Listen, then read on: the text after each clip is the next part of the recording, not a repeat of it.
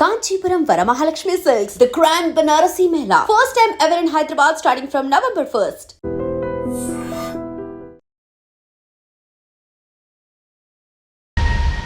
సినీ రంగంలో భాషకి యాసకి గౌరవాన్ని ఇచ్చి ఏ ఆర్టిస్ట్ అయినా ముందుకెళ్తే వాళ్ళకి మంచి ఫ్యూచర్ ఉంటుంది.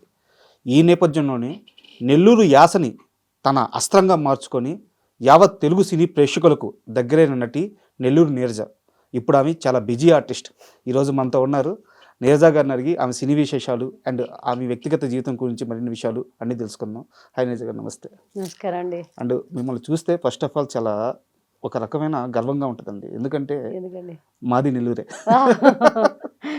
అంటే ఒక నేపథ్యం లేదు, ఎక్కడి నుంచో ఒక జీరోగా మొదలైన ప్రయాణం ఈరోజు అంటే మీ కామెడీ కానీ లేదా మీ యాక్టింగ్ కానీ అండ్ మీ స్క్రీన్ ప్రజెన్స్ కానీ కొన్ని లక్షల మందికి ఇష్టం.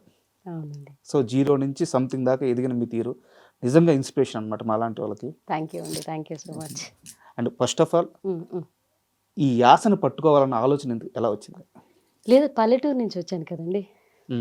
పల్లెటూరు నుంచి రావడం వల్ల అక్కడ పల్లెల్లో ఉండే ప్రతి ఒక్కరూ నెల్లూరు నుంచి ఎటకారం మొదలవుతుంది. ఎప్పుడు కూడా నెల్లూరులో యాసలో ఒక ఎటకారం ఉంటుంది, ఒక కామెడీ ఉంటుంది, ఒక లాలిత్యం కూడా ఉంటుంది. అంటే పలికే మాటలో ప్రేమ కూడా ఉంటుంది, ఆ ఎటకారంలో ప్రేమ కూడా ఉంటుంది.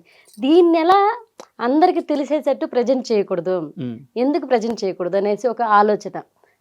అప్పుడే మేము దానికి ముందే గవర్నమెంట్ పథకాలు అనేవి నడిచేవన్నమాట నెల్లూరులో. ఆ గవర్నమెంట్ కళాకారులుగా మొదలైనాం. నెల్లూరు ఆంధ్ర అంతా ఒక గవర్నమెంట్ కళాకారులుగా మొదలయ్యి అక్కడే ప్రతి ప్రోగ్రాం చేసుకుంటూ వచ్చాం. ఒకనొక టైంలో అన్వేషణ అనేసి ఒక ప్రోగ్రాం జరిగింది ఆర్టిస్టుల కోసం, జీ తెలుగు నుంచి.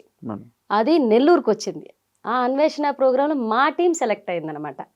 మా సీను అన్నగారు, మా హస్బెండ్ సుబ్బు గారు వీళ్ళు వెళ్ళి పర్ఫామ్ చేయడం. మాకు లేడీ ఆర్టిస్ట్ కూడా ఉందండి అంటే అవునా తీసుకురండి అంటే అప్పుడు మేము వెళ్ళి ఒక స్కిట్ పర్ఫామ్ చేస్తే అప్పటికే మేము కామెడీ షోలు స్టేజీల మీద చేస్తున్నాం. అంటే మనకు ఈవెంట్స్ ఉంటాయి కదా, ఈవెంట్స్లో కామెడీ షోలు చేసేవాళ్ళం అనమాట. అలా మాకు కామెడీ షోలు అలవాటు అవ్వడం వల్ల అక్కడ ఒక పర్ఫార్మెన్స్ చేయడం జరిగింది. వాళ్ళు టీవీ దాకా తీసుకొచ్చారు, జీ తెలుగు దాకా. అట్లా అప్పుడు మేము చెప్పామన్నమాట, మేము నెల్లూరు యాసతో మాట్లాడతామండి, బాగా నవ్విస్తాము అని అంటే తప్పకుండా చేయమన్నారు. ఫస్ట్ ఆ షో మొదలైనప్పుడు నెల్లూరు నీరజ అనేది పెట్టారనమాట. ఎవరా పేరు పెట్టింది? డైరెక్టర్ చునియా గారు.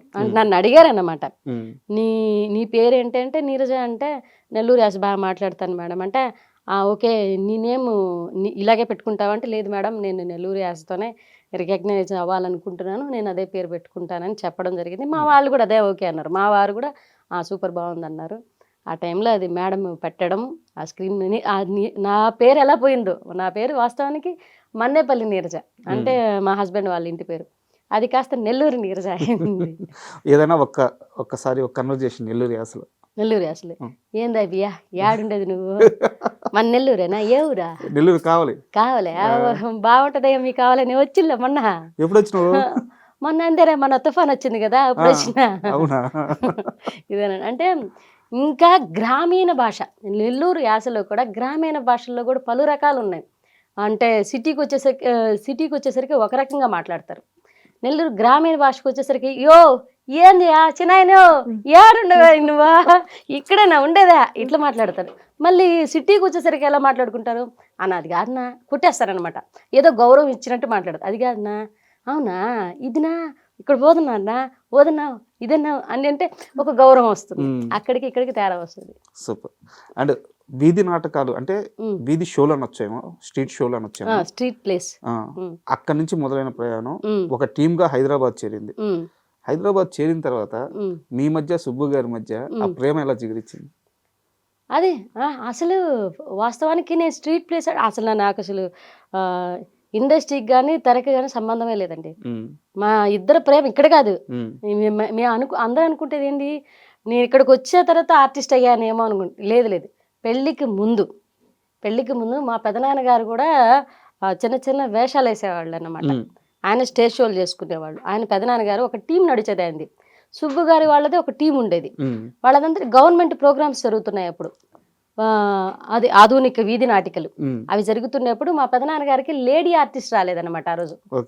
నన్ను తీసుకెళ్లేసి కలెక్టర్ ఆఫీస్, నెల్లూరు జిల్లా కలెక్టర్ ఆఫీస్లో నాకు లేడీ ఆర్టిస్ట్ రాలేదు నాన్న, నేనైతే వాళ్ళ అమ్మాయినే కాబట్టి మా పెదనాన్న గారు కదా, నువ్వు ఒకసారి వచ్చి జస్ట్ అక్కడ ఆ అమ్మాయి ప్లేస్లో నువ్వు నిల్చుంటే, కవిత అనే అమ్మాయి ప్లేస్లో నువ్వు నిల్చుంటే జస్ట్ ఆ రోజు పేరు రాసేసుకుంటారు, వాళ్ళకి మనం ఎవరో తెలీదు, తర్వాత ఆ అమ్మాయి రేపు వచ్చేస్తుంది అని అన్నారు. ఓకే డన్ పెదనాన్న పర్లేదు, మా అమ్మని అడిగితే ఓకే తీసుకెళ్ళమంది. సరే నేను వెళ్ళడం జరిగింది. అప్పుడు ఫస్ట్ టైం మా ఆయన్ని చూడ్డాను నేను అక్కడ నెల్లూరు జిల్లా కలెక్టర్ ఆఫీస్లో చూశాను. ఆయన ఇంకో నాటకం వాళ్ళు వేరే నాటకం వేయడానికి వచ్చారు. అందరూ వచ్చేసి అప్పుడు ఏదో పార్టీ నడుస్తోందండి, పార్టీ మీటింగ్ నడుస్తోంది. వాళ్ళ తరపున ఎన్ఎస్సి బిల్డింగ్కి తీసుకొచ్చారు హైదరాబాద్లో తీసుకొచ్చి మాకు ఒక సెక్షన్ అనేది ఇచ్చారన్నమాట. కళాకారులకి రేపటి నుంచి ఈ పథకాలు చెప్పాలి, ఇది చేయాలని చెప్పేసి ఇలా జరుగుతాయి. మమ్మల్ని అందరినీ ఒక 3 రోజులు ఇక్కడ తీసుకొచ్చారు హైదరాబాద్కి. మా పెదనాన్న కాబట్టి మా అమ్మ పంపించారు. మా పెదనాన్న ఇక్కడికి వచ్చిన తర్వాత మా వారు అక్కడ చూడడం, మీది ఏ ఊరు, ఎక్కడ ఉంటావు, అప్పుడు నాకు కరెక్ట్ 18 సంవత్సరాలండి. 18 సంవత్సరాలు. మీదే ఊరు, ఎక్కడ ఉంటావు అని అడిగితే నేను ఫస్ట్ మా సుబ్బుగాని పిలిచింది అన్న అని పిలిచింది. అన్న మాది పలానా తాళ్ళపొడి దగ్గర, మీరు ఎక్కడన్నా అంటే మా ఆయన ఇట్లా చూస్తున్నాను, అన్న అంట అన్న, ప్రపంచంలో ప్రతి ఓడికి అన్న అని అంటున్నాడు. నాకు అర్థం కాల, ఆయన సెన్స్ అనేది నాకు అర్థం కాల. మా పెదనాన్నకి చెప్పామంట, అన్న నాతో మాట్లాడుతున్నారు పెదనాన్న అంటే, మాట్లాడమ్మా తప్పే ఉంది, ఎవరైనా మాట్లాడతారు కదా ఆడపిల్లలు, నాకు మాట్లాడే తప్పే ఉంది. సరే మాట్లాడదాం అంటే నేను 2-3 టైమ్స్ అన్న అన్న అన్న అంటే ఊరికి అన్న సాగొడుతున్నావు అని అన్నాడు. తర్వాత నాకు 3 days అయిపోయిన తర్వాత రిటర్న్ అయ్యాం అనమాట హైదరాబాద్ నుంచి నెల్లూరుకి. అప్పుడు చెప్పారు నిన్ను నేను పెళ్లి చేసుకుంటాను అన్న. మా అక్కకి పెళ్లి కాలప్పటికి అంటే వాళ్ళు చెప్పారనమాట, వాళ్ళది వేరే క్యాస్ట్, మాది వేరే క్యాస్ట్, మా సుబ్బు గారు వాళ్ళది. నాది చిన్న క్యాస్ట్, ఆయన పెద్ద క్యాస్ట్. క్యాస్ట్ల గురించి దగ్గర పెద్ద క్యాస్ట్ అనమాట. మా ఇంట్లో ఒప్పుకుంటారు లేదని ఒక టెన్షన్. పైగా నా వయసు కూడా పెళ్లి వయసు కాదు, 18 ఏళ్ళు పెళ్లి వయసు కాదు. నెల్లూరుకి వచ్చేటప్పుడు బస్సులో చెప్పారు నాకు, నువ్వంటే నాకు ఇష్టం, నేను పెళ్లి చేసుకుంటాను. 3 days అక్కడ ఉన్నాం మీ ఎన్ఎస్సి క్యాంపస్లో. 3 days, 3rd dayలో బస్సులో జర్నీ జరిగింది. ఆ జర్నీలో చెప్పారన్నమాట, మా పెదనాన్నగారు నేను ఒక బస్ కూర్చో ఉన్నాము, అవతల సైడ్ సుబ్బు వాళ్ళ టీం కూర్చో ఉన్నారు. బస్సులో అంతా వరుసగా కూర్చో ఉంటే మేమిద్దరం ఒక సీట్లో, మా పెదనాన్న నేను, తర్వాత ఆపోజిట్లో వాళ్ళు ఉన్నారు. నా వంక చూడడం ఇంకా ఇంకుంటుందిగా పురాణం అంతా, వంక చూడడం, నన్ను చూస్తున్నాడు ఈడెవడో, ఎందుకు చూస్తున్నారు, సరే ఈయనకి ఏదో నాకు అర్థమవుతుంది, చిన్న వయసు అయినా సరే అది తెలుస్తుంది కదా, నన్ను చూస్తున్నారు, ఈయనకి నేను నచ్చాను, అండ్ మనకు నిజంగా పెళ్లి వయసు వచ్చిందా అంటే ఆ క్యూట్నెస్ అది బాగుంటుంది. అప్పుడు ఆ చూడడానికైనా వాళ్ళే నన్ను ఒక అబ్బాయి చూస్తున్నాడు, ఇదేంట్రా ఇది, ఈ అబ్బాయికి ఏం చెప్పాలి, ఎలా చెప్పాలా తెలీదు.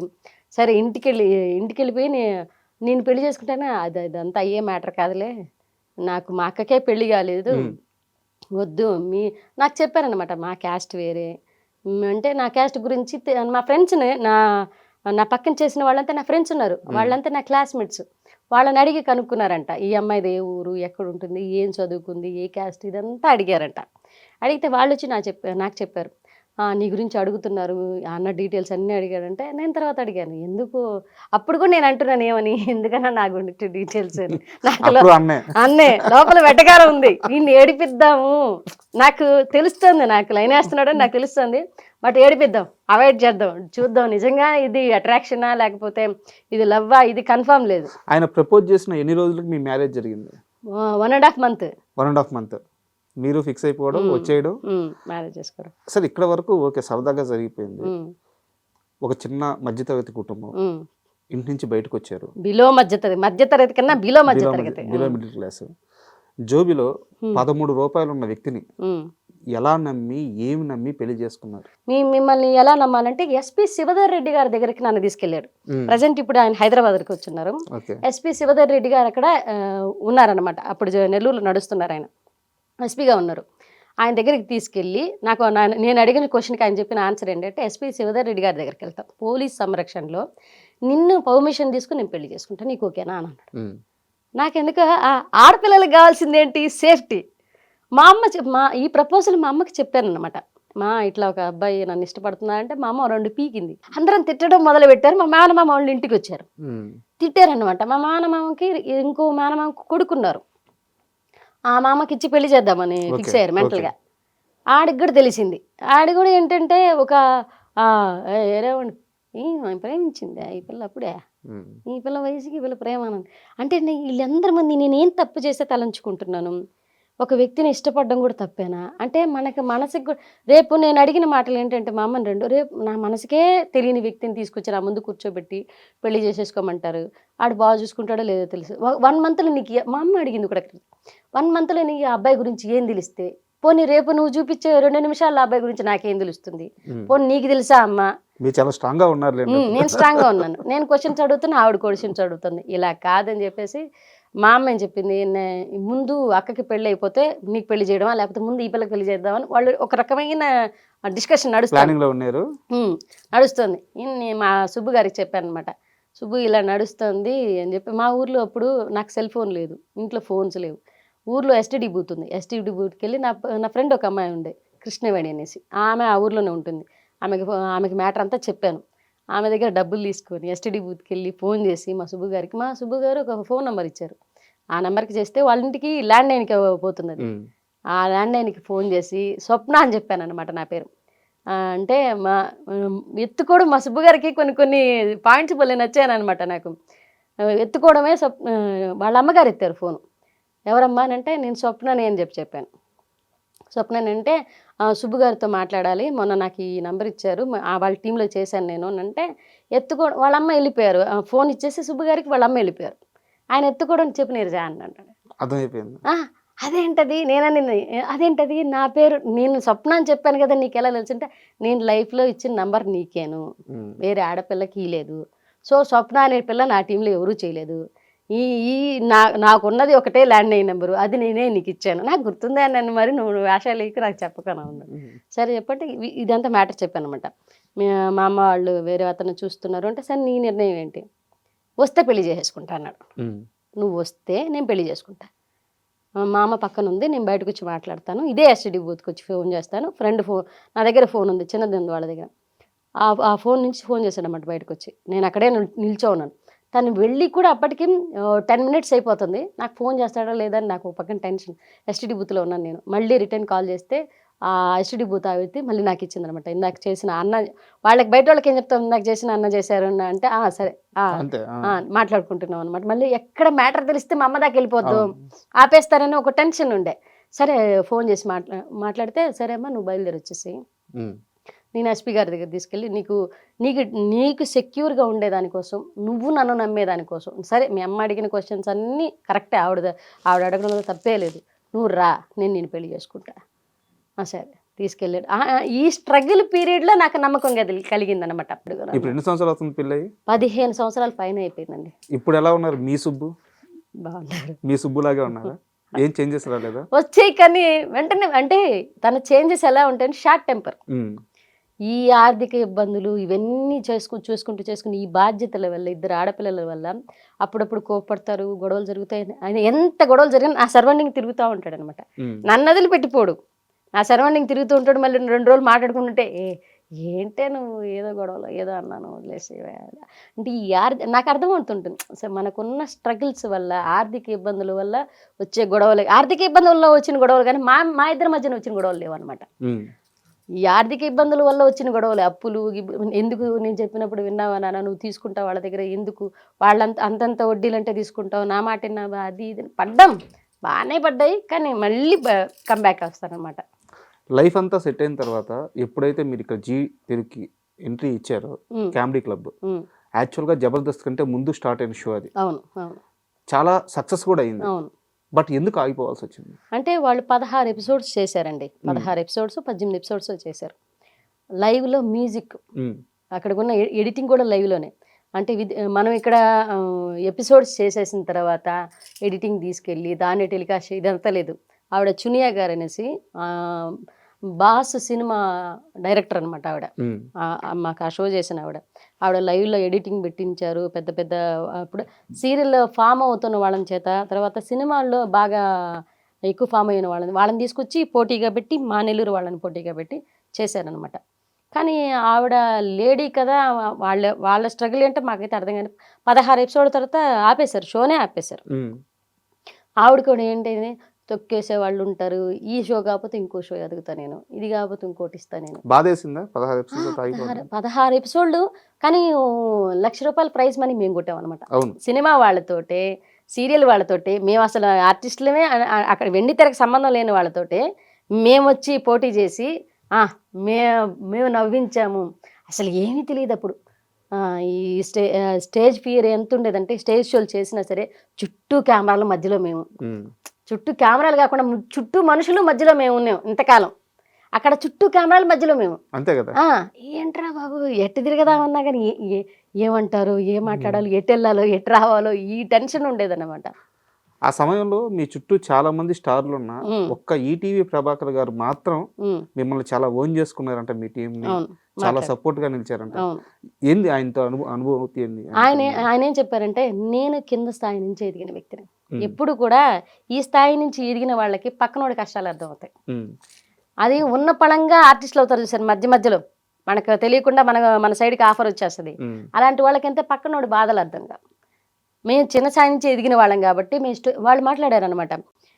ఏం చేస్తుంటారమ్మా మీరు, మా ఆయన, మా అన్నయ్య, మేము ఒక టీం సార్ పక్కన చేసేవాళ్ళు. మా ఆయనతో బాగా మాట్లాడేవారు ప్రభాకర్ అన్న. మేము ఒక టీం చేసామన్నా, ఇట్లా నెల్లూరులో కూడా ఈవెంట్లు చేస్తాం, అది ఏదంటూ సూపర్. నేను కూడా అప్పటికే ఆయన ప్రొడ్యూసర్ కాల, ఈటీవీ ప్రభాకర్ అన్న ఇప్పుడు ప్రొడ్యూసర్. ఆయన సీరియల్లో నటిస్తున్నారు, యాంకర్గా కూడా ఉన్నారు ఆయన. ఇట్లా మాట్లాడి నేను ఒక యాంకర్ని అంటే నేను సార్ నేను మిమ్మల్ని సీరియల్లో చూశాను సార్ అంటే, మంచిదమ్మా, అవునా, బాగా చేశానా, నేను బాగున్నానా, అక్కడికి ఇక్కడికి ఏమైనా సంబంధం ఉందా, మారిపోయానా, మీరు బాగున్నారన్నా అంటే అందరితో మాట్లాడారనమాట. బట్ లేడీ ఆర్టిస్టులు ఎవరు కూడా నన్ను దగ్గర తీసుకోవడం కానీ, నాతో ఫ్రీగా మాట్లాడడం కానీ, ఫ్రీగా మూవ్ అవ్వడం కానీ ఎవరు జరగలేదండి. ఎవరు జరగల. నాకు ఎక్కడ బాధ వేసిందంటే, జీ తెలుగు కామెడీ క్లబ్లో అప్పటిదాకా స్టేజ్ షోలు చేసాను. ఒక పల్లెటూరు నుంచి వచ్చిన అమ్మాయి మేకప్ గురించి తెలియదు, హెయిర్ స్టైల్స్ గురించి తెలియదు, ఒక కట్టు బొట్టు కూడా ఏమి సరిగా తెలియదండి. కెమెరా ముందు కెమెరా ఫియర్ తప్పితే కెమెరా ముందు ఎలా ఉండాలో, నడుచుకోవాలో కూడా తెలియదు.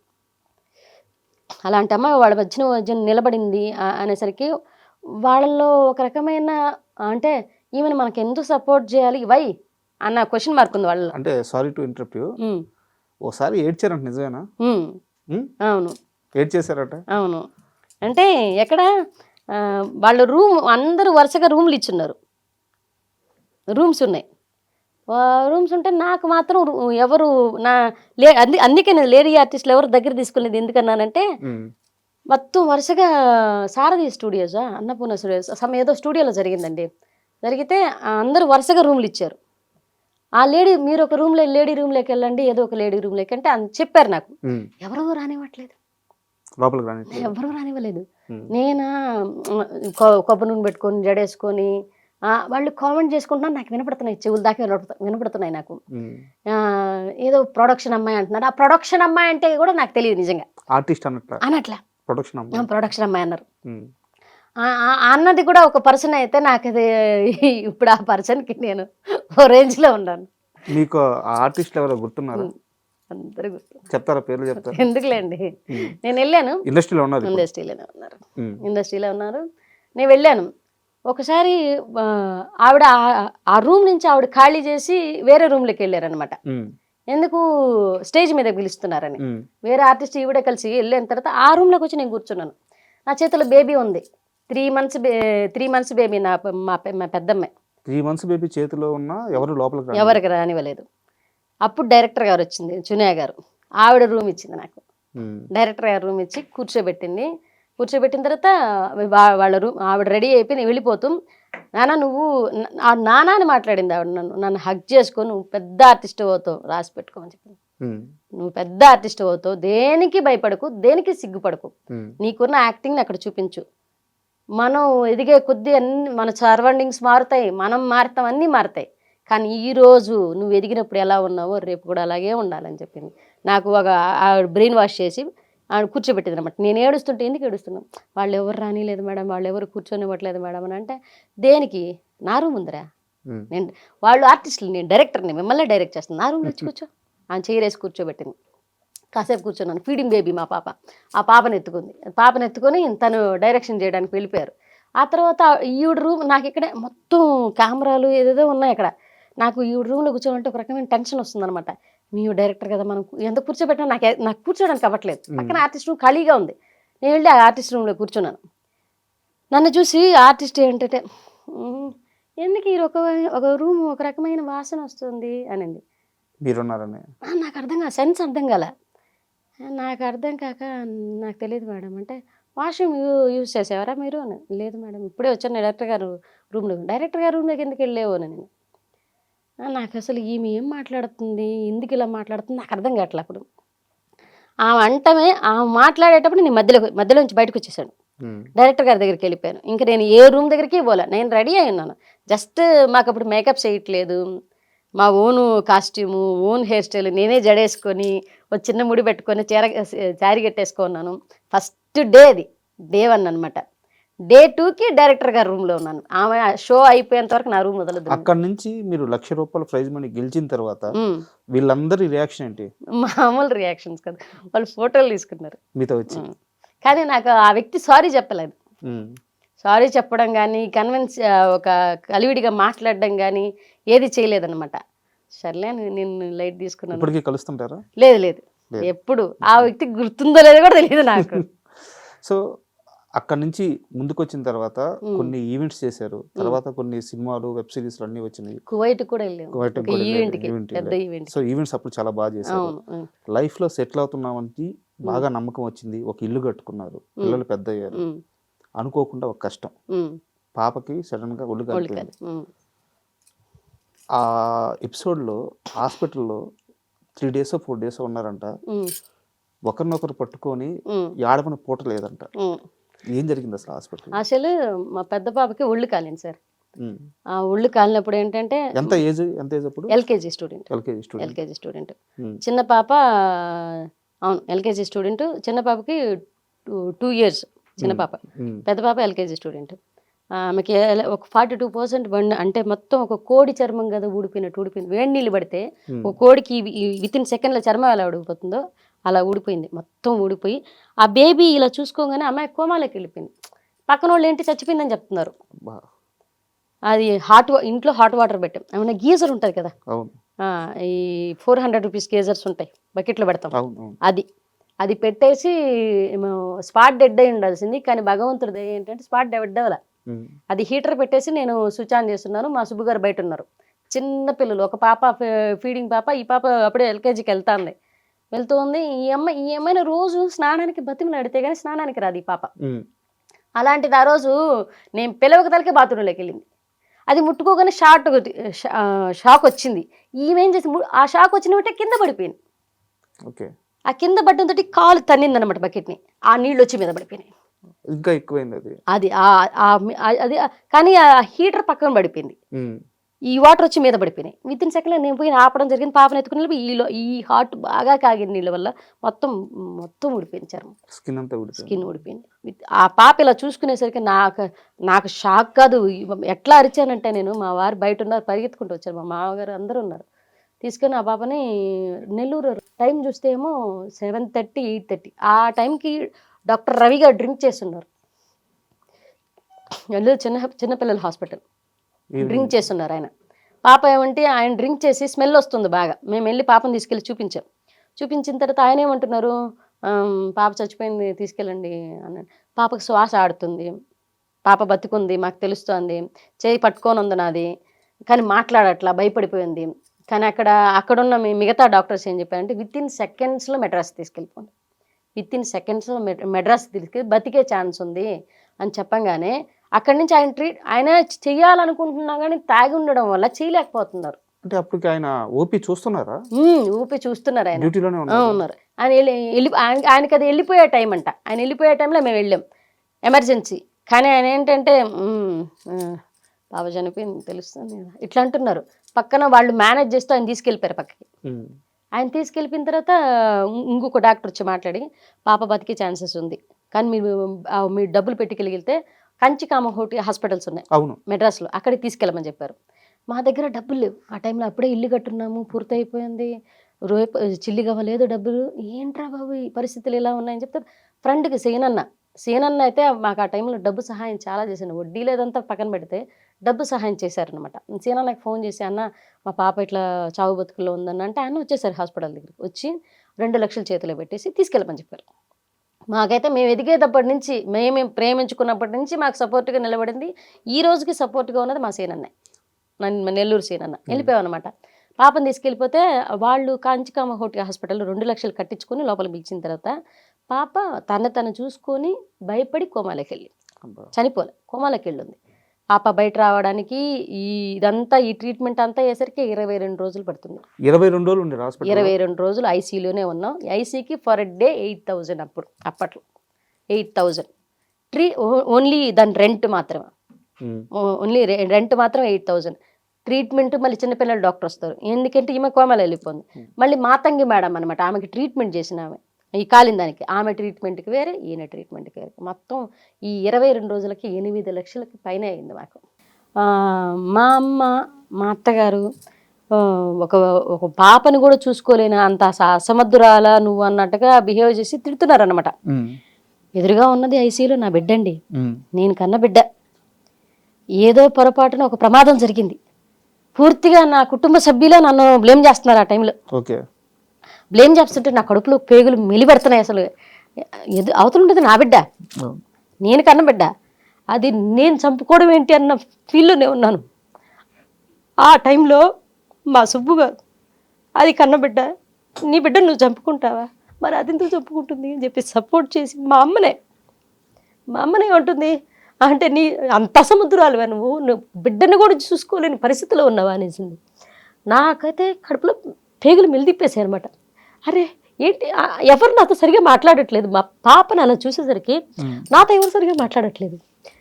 అరే ఏంట్రా వీళ్ళు, నేనేదో తప్పు చేశాన్న ఇదిలో చూస్తున్నారు, అది నా బిడ్డే కదా, నేను ఎందుకు చేసుకుంటాను దాన్ని. నాకు ఒక రకమైన బాధ అయిపోయి 3 రోజులు బ్రష్ లేదు, తిండి లేదు. ఐసీయూలో నుంచి అమ్మాయి 72 అవర్స్ తర్వాత చెప్తామన్నారు వాళ్ళు. 24 అవర్స్ కూడా కాదు, 42 అవర్స్ కాదు, 72 అవర్స్ తర్వాత చెప్తామన్నారు డాక్టర్ గారు. ఈ 3 రోజులు ఏం చెప్తారు, ఈ పాపను ఎలా బయట వస్తుందో లేకపోతే చచ్చిపోతుందో నా మైండ్లో ఇదే రన్ అవుతుంది. ఏంటి వాళ్ళు ప్రతి ఒక్కరూ వాళ్ళకున్న కోపం ఉంది, మా సమయం ఏంటి ఇలా వచ్చింది అనేసి అర్థం చేసుకునేదానికన్నా వాళ్ళు నా మీద కోపంగా ఉన్నారు. అంటే ఆ క్షణం నువ్వు పట్టుకో ఉంటే ఈ ప్రమాదం జరగదు. ఈ ప్రమాదాన్ని ఒక క్షణం మనుషులు పట్టుకోగలిగితే, ప్రతి క్షణంలో ఒక మనిషిని ఒక ప్రమాదాన్ని ఆపగలిగితే చాలా ప్రమాదాలు ఆపగలుగుతాయి. మనకు తెలియకుండా జరిగేదానికి మనం తెలిసి కాపాడుకునేవడం వేరే. బాత్రూంలోకి ఆ పాప వెళ్తున్నది విషయమే నాకు తెలియలే, నేను వంటగదిలో ఉన్నాను. ఆ పాప వెళ్ళి ఇలా చేసుకుంటుంది అంటే ముందు నీళ్ళు ఆపుకోవాలి కదా, ఇలా అంటే తర్వాత మనకు చాలా అనిపిస్తాయి, ఇలా చేసి ఉండొచ్చు అలా చేసి ఉండొచ్చు. కానీ ఆ సమయం మనకు చెప్పా పెట్టకుండా వచ్చిన కష్టానికి ఆ నింద మనం మోస్తున్నప్పుడు ఉంటుంది చూసే ఆ బాధ. ఆ టైంలో మా సుబ్బు గారు చాలా సపోర్ట్ చేశారు. వదిలేసి తనని ఎందుకు అంటారు అసలు, తనని అంటే వాళ్ళు మా అత్తగారు మా అమ్మ అసలు మా అమ్మకి నేను చాలా ఇష్టం. మా అమ్మ కూడా తిట్టడం నాకు నచ్చలు అసలు. మా అమ్మ మా అత్తగారు వీళ్ళంతా ఒక రకమైన చిన్న చూపు చూస్తున్నారు. హాస్పిటల్ అంతా ఏడుపులు, మా పాప లోపల ఉంది. నాకు ఆ అమ్మాయి 4 ఏళ్ల తర్వాత పుట్టింది. ఆ పెళ్ళి 4 ఏళ్ల తర్వాత పుట్టింది. ఏంట్రా వీళ్ళు ఇంత మాటలనేస్తున్నారు, పాప ఏమో లోపల ఉంది, చనిపోతున్న వైబే వినపడుతుంది. మొత్తం పేషెంట్లు అందరూ అదే చెప్తున్నారు. ఒకటే అనుకున్నా, నేను శివయ్యని చాలా నమ్ముతాను, నా ఇష్టదైవం. మా ఇంటి కులదైవం వచ్చి సుబ్రహ్మణ్యేశ్వర స్వామి, మా అత్తగారు వాళ్ళు కొలిచేది, మా అమ్మ వాళ్ళు వెంకటేశ్వర స్వామి. నాకు శివయ్య అంటే పిచ్చి ఇష్టదైవం. నేను ఒకటే అనుకున్నా, శివయ్య తీసుకెళ్తే ఇద్దరిని తీసుకెళ్ళిపో, ఆ పిల్ల చచ్చిపోయిందంటే వెంటనే నేను ఆత్మహత్య చేసుకొని చచ్చిపోతాను. ఎందుకంటే ఒక ఫెయిల్యూర్ తల్లిగా బతకడం నా వల్ల కాదు. ఎందుకంటే నా బిడ్డని చంపుకున్నానన్న నింద నేను పోయలేను జీవితాంతం, దానికన్నా చచ్చిపోవడం మేలు అని అనిపించింది నాకు ఆ టైంలో. అంటే ఎక్కడైనా ఫెయిల్ అవ్వచ్చండి, ఒక తల్లిగా మాత్రం ఫెయిల్ అయితే అది లైఫ్కి ఒక జీరో అనిపిస్తుంది అనమాట, వాల్యూ లేని లైఫ్ అనిపిస్తుంది. అరే ఇంత చిన్న బిడ్డని కాపాడుకోలేకపోయావా ఈ క్వశ్చన్ మార్క్ వస్తుంటే నాకు ఒక బాధ, లోపలంతా ఏడుస్తున్నాను. నేను 3 రోజులు సుబ్బుని పట్టుకుని ఏడిచాను నేను. లేదు, నాకు ఎదురుగా శివాలయం ఉంది, హాస్పిటల్ ఎదురుగా శివాలయం ఉంది, ఒక తల్లి ఎదురుగా బిడ్డ చచ్చిపోతుందన్న వేదన నేను పడ్డాను చూడు. అబ్బా, చిన్న పాప, అదే నేను కన్నబిడ్డ నా కళ్ళ ముందు చావు బతుకుల్లో ఉందనేది తీసుకోలేకపోయాను. ఆ తర్వాత వాళ్ళు దానికి నన్ను బ్లేమ్ చేస్తుంటే ఇంకా తీసుకోలేకపోయాను అనమాట. సుబ్బు చాలా సపోర్ట్ చేశాడు. సుబ్బు మనస్తత్వం ఎలా అంటే కొన్ని కొన్ని విషయాలు తను చూసి నేను చాలా నేర్చుకున్నాను. తను ఆడపిల్ల పుడితే అదేంటారు హాస్పిటల్ మొత్తం స్వీట్స్ పంచాడు తను. పాప పుట్టిందని అందరూ పాప చెప్పగానే తిను ఫస్ట్ పాపకి, సెకండ్ పాప కూడా అలాగే చేశారు. డాక్టర్ విజయలక్ష్మి హాస్పిటల్లో స్వీట్స్ పంచాడు అనమాట. తను చాలా పాజిటివ్గా ఉంటాడు మైండ్ సెట్. తను నాకు చెప్పింది ఏంటి, నాన్న పాప విషయంలో నీ తప్పు లేదు, భగవంతుడు ఏదో మనకు తెలియకుండా చాలా పెద్ద బాధ ఇచ్చాడు, దాన్ని బయట ఎట్ట రావాలని మనం ఆలోచించుకోవాలి. కానీ ఈ టైంలో నువ్వు పిరిగిదానిలా ప్రవర్తించడం ఏంటి, పిరిగిదానిలా మాట్లాడడం ఏంటి, వదిలే అని చెప్పేసి నాకు చెప్తున్నా. కానీ వీళ్ళు పక్కన చేరి ఇవన్నీ అంటుంటే నేను తీసుకురాపోతున్నాను. నా మొహాన్ని అనేస్తున్నారు అనమాట. ఆ పాప లోపల ఉన్నదాన్ని వాళ్ళ ప్రేమ, అది వాళ్ళ కోపం, బట్ అది హద్దు దాటి తన అనకూడదు అనే దానికి సెన్స్ రావట్లా, తల్లిగా తీసుకోలేకపోతున్నారు. నేను తప్పు చేయకపోయినా నింద భరిస్తున్నానే అన్న బాధ. ఈ బిడ్డ బయటికి రావాలి, ఈ బిడ్డ బయటకు రాకపోతే నేను గట్టిగా నిర్ణయం తీసుకున్నమాట. ఈ పిల్ల కానీ పాప కానీ ఏదన్నా అయిపోతే ఇద్దరు శవం చూస్తారు. వీళ్ళు మెంటల్గా ఫిక్స్ అయిపోయాను. పాప కానీ చనిపోయింది ఏదన్నా అయిందంటే నేను ఉండను, నేను మెంటల్గా ఫిక్స్ అయిపోయాను, నేను ఉండను.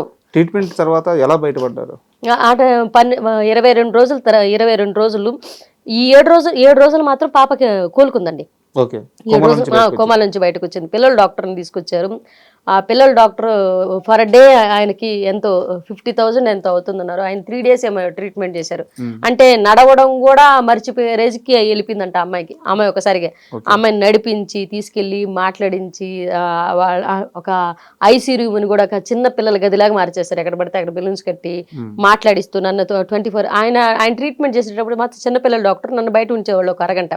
ఆయన బేబీతో మాట్లాడుతూ ఉండేవాళ్ళు, స్పర్శిస్తూ ఉండేవాళ్ళు, చెప్తూ ఉండేవాళ్ళు. ఆ తర్వాత మళ్ళీ ఆయన బయట వెళ్ళిన తర్వాత నన్ను పిలిచి, అమ్మ ఏం మాట్లాడకుండా ఇన్ని మాట్లాడు. 5వ రోజు కళ్ళు తెరిచి మమ్మీ డాడీ ఇలా అందరినీ గుర్తుపెట్టి నానమ్మ అందరినీ మాట్లాడమన్నారనమాట. ఆయన ఫర్ డే 50,000 దాకా తీసుకున్నారు. కానీ బాగా చేశారు డాక్టర్. ఒక 1 hour వచ్చిపోతారు ఆయన వెళ్ళి. ఆయన తర్వాత మాతంగి మేడం అనేసి ఆవిడ కాలిన దానికి ట్రీట్మెంట్ చేశారనమాట. ఇదంతా అయ్యేసరికి నాకు 8.5 లక్షలు దాకా అయిపోయింది. 22 రోజుల్లో 8.5 లక్షలు అయిపోయి వచ్చేటప్పుడు మాత్రం పాపని ప్రాణాలతో తీసుకొచ్చారు. చచ్చిపోయిందని నెల్లూరులో చెప్పిన డాక్టర్లు అక్కడికి వెళ్ళి వాళ్ళు పిచ్చిదైపోతుందని, కోమాలోకి వెళ్ళిపోయిందని, కోమాల నుంచి బయటకు వచ్చేటప్పుడు పిచ్చిదైపోయి వస్తుందని డాక్టర్లు చెప్పడం అట్లా ఇదంతా చెప్పారు. ఆ పాప ఈ రోజు చాలా బాగా చదువుకుంటోంది, చాలా బాగా స్కిన్ అంటే చిన్నపిల్లలకి ఎక్కడైతే త్వరగా బర్న్ అవుతుందో చిన్నపిల్లల స్కిన్, మనకైనా సరే బర్న్ అయితే ఒక వయసు వచ్చేంత వరకు మచ్చలు ఉండవంటండి, మచ్చలు పోతాయి, ఆ స్కిన్ గ్రోత్ అవుతూ ఉంటుంది. ఆ వయసులో తొందరగా గ్రోత్ అవుతుందంట, అది త్వరగా వచ్చే వయసు కాబట్టి ఏం పర్లేదని చెప్పారు నాకు. ఇప్పుడు వాళ్ళు ట్రీట్మెంట్ చేశారు. ఒక 3 సంవత్సరాలు మెడిసిన్స్ ఇస్తూ వచ్చేవాళ్ళు. ఒకరోజు అంటే ఇది ఎప్పుడో నాకు తెలియదు, మీరు బాగా ఏడుస్తున్నారంట, పాప కిట్ అయిపోయింది, 20 లక్షలు ఎంతో ఓవరాల్ గా అప్పు తేలిందంట, ఇంటి మీద కానీ ఇన్సిడెంట్ మీద కానీ.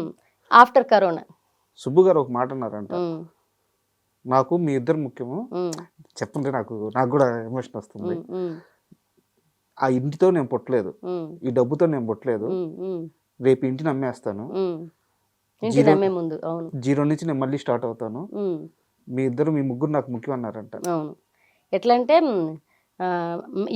ఈ స్ట్రగుల్ పీరియడ్లో ఇల్లు అమ్మేసిన పరిస్థితులు దాటుకుని బయటకు వచ్చాం. అప్పటికే క్యాటరింగ్లో అతను సప్లయర్గా మొదలైన వ్యక్తి, క్యాటరింగ్లో సప్లయర్గా మొదలైన వ్యక్తి వంట మాస్టర్గా స్టార్ట్ అయ్యాడు.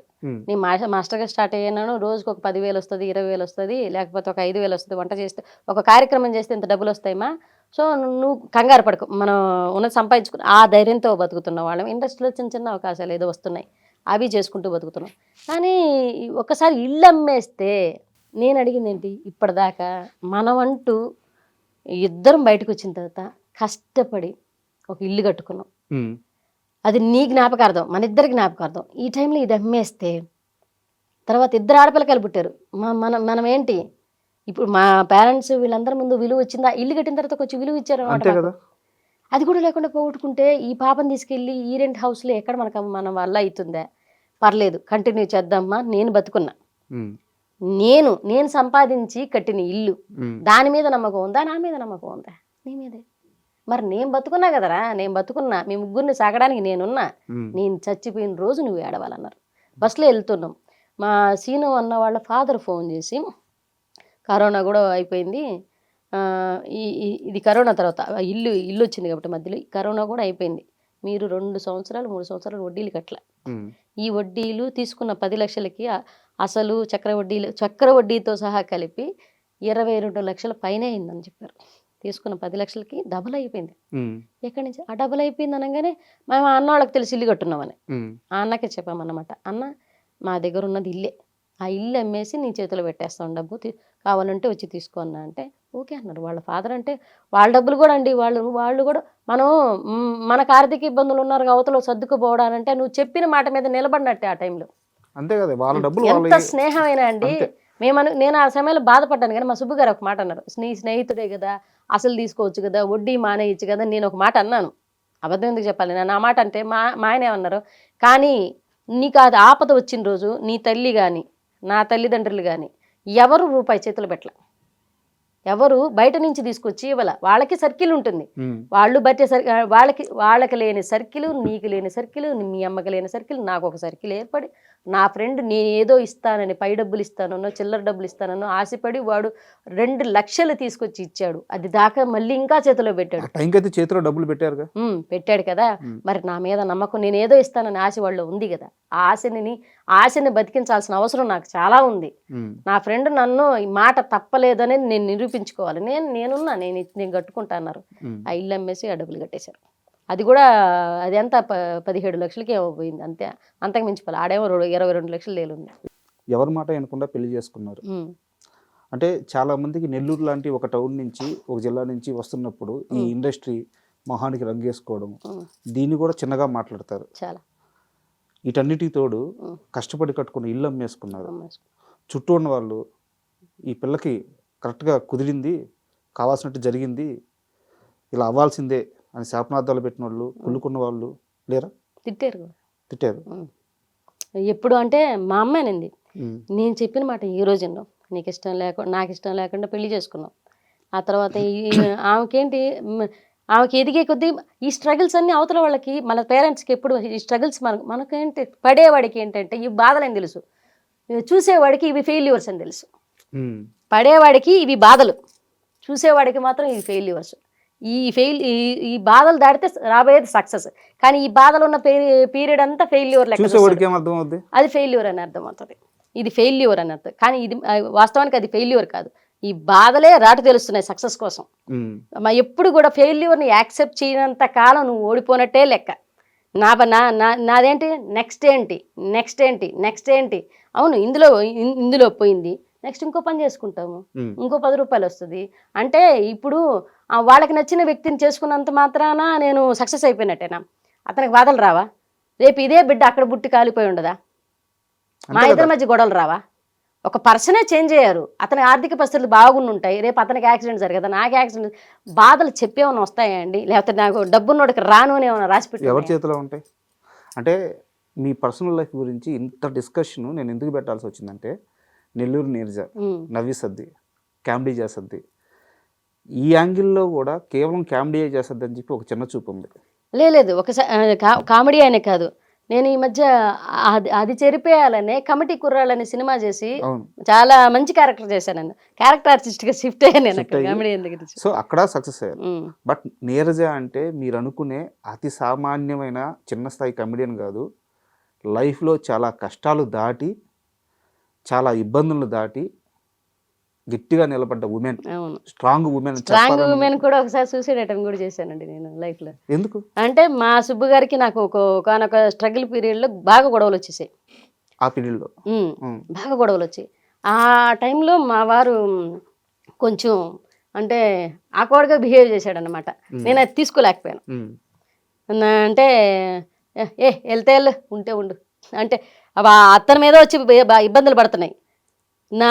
నన్ను సానుకూలంగా మాట్లాడాల్సిన వ్యక్తి నన్ను కూడా ఇంకా బ్లేమ్ చేసి మొదలు పెట్టాడు. వెళ్తే మా అమ్మ వాళ్ళు ఇలా అంటున్నారు, వాళ్ళు ఇలా అంటున్నారు, అందరు ఇలా అంటున్నారు, ఈ సినిమా ఇండస్ట్రీకి వచ్చేసాము, ఎదగలేకపోతున్నాము, ఏంటి ఇలా ఉంది, 2 బిడ్డల చేతిలో ఉన్నారు. మా ఇద్దరికి గొడవలు వచ్చేసినాయి. గొడవలు వచ్చిన టైంలో ఉంటే పోతే నాకు సంబంధం లేదు. అది ఒక 5 years బ్యాక్ హైదరాబాద్కి వచ్చున్నాం. ఆ టైంలో మేము హైదరాబాద్కి వచ్చున్నాం, ఈ ఇల్లు అక్కడ అమ్మేసాము, పిల్లల్ని 2 తీసుకొచ్చి హైదరాబాద్కి వచ్చున్నాం. మొత్తం మా ఆయనకు అయితే ఒక ఆఫర్ రాలేదు, నాకు చిన్న ఆఫర్లు వస్తున్నాయి, లేకపోతే వచ్చిన 1 yearకి వెళ్ళిపోదాం అనుకుంటున్నాం. మేము అప్పుడు వెళ్ళిపోదాం అనుకుంటున్నాం. వెళ్ళిపోదాం అనుకుంటుంటే ఏంటంటే ఎవరు పిలవట్లా, అవకాశాలు చెప్పట్లా. ఏం మనం ఇండస్ట్రీని నమ్ముకొని వచ్చాం. అక్కడ చూస్తే ఏమంటే కరోనా తర్వాత అప్పులు, పాపం ఆయన తప్పు కూడా లేదు, అప్పులు వచ్చి మీద పడిపోయినాయి. అంతే కదా. వాళ్ళు వచ్చి మీద కూర్చున్నారు. అక్కడ అప్పులు తీర్చేసినా కానీ మా దగ్గర బ్యాక్ బోన్గా డబ్బులు లేవు.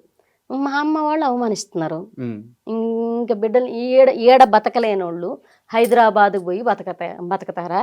పల్లెటూరు ఏడ పని చేసుకునే దాని అన్నీ ఉంటాయి, అందరూ తెలిసిన వాళ్ళు ఉన్నాం, ఇందరి మధ్యన బతకలేని వాళ్ళు ఎక్కడో తెలియని హైదరాబాద్ సిటీలో మీరు మీ మొగుడు పిల్లలు ఇంట్లో చిన్న బిడ్డలను పడేసి మీరు బతకతారా అని చెప్పేసి మాట్లాడారనమాట. మాట్లాడిన ఆ టైంలో మా ఆయన కొంచెం ఇంట్లో గొడవలు జరిగాయి మా ఇద్దరికి. ఆ టైంలో నన్ను తిట్టడం వల్ల నాకు ఇగు దెబ్బతినింది, బాగా హట్ అయ్యాను అనమాట. అంటే ఇంతకాలం సపోర్ట్ చేసి ఇలా మాట్లాడే సుబ్బు నన్ను తిడుతున్నాడా అనేది తీసుకోలేకపోయాను నేను.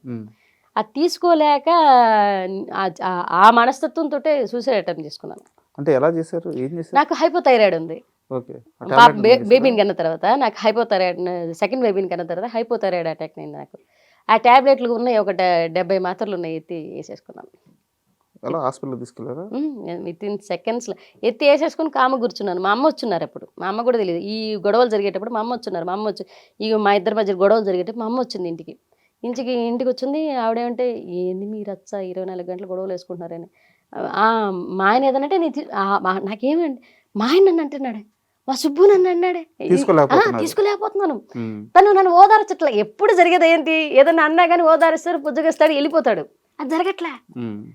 అంటే నన్ను నిజంగానే హెల్ప్ చేస్తున్నాడా అంటే నాకు ఇదే తీసుకోలేకపోతున్నాను. తీసుకోలేక ఇది ట్యాబ్లెట్లు వేసుకుని కామ కూర్చుంటే ఎందుకు డల్గా ఉన్నావు మా అమ్మకి ఏదో వెళ్తే బాత్రూంలో ట్యాబ్లెట్ బాక్స్ కనిపించింది. మా అమ్మ ఫోన్ చేసేసింది, ఈ పిల్ల సూసైడ్ అటెంప్ట్ చేసుకుందని. వితిన్ సెకండ్స్లో హాస్పిటల్ తీసుకెళ్ళి అప్పుడు యోధా వాళ్ళ ఫాదర్, అప్పుడు మా ఫ్యామిలీతో చాలా సన్నిహిత సంబంధాలు ఉన్నాయి అన్నకి. పాప ఆర్టిస్ట్ వాళ్ళ యోధా వాళ్ళ ఫాదర్ చందు అన్న. ఆ అన్న ఏంటంటే అన్న మా దగ్గర డబ్బులు లేవు, అన్నది హైదరాబాద్ 30,000 కట్టే అన్న హాస్పిటల్లో. ధనరాజ్ అన్న, యోధా వాళ్ళ ఫాదర్, వీళ్ళంతా ఒక 2-3 తెలుసు, ఇప్పుడు ప్రపంచం మొత్తం తెలుస్తుందేమో. ఆ 2-3 హాస్పిటల్ తీసుకెళ్ళి మా ఆయన మేము ఒక 30,000 కట్టి హాస్పిటల్ అడ్మిట్ చేసి మొత్తం ఆ ట్యాబ్లెట్లన్నీ కక్కించి, అది హార్మోన్ ట్యాబ్లెట్స్ కరిగేదానికి ఒక 1/2 అవర్ పడుతుంది బాడీలో. ఓకే. అవి మిగతా ట్యాబ్లెట్ అయితే వెంటనే కరిగిపోతాయంట, ఇవి కరగడానికి సమయం తీసుకుంటుంది.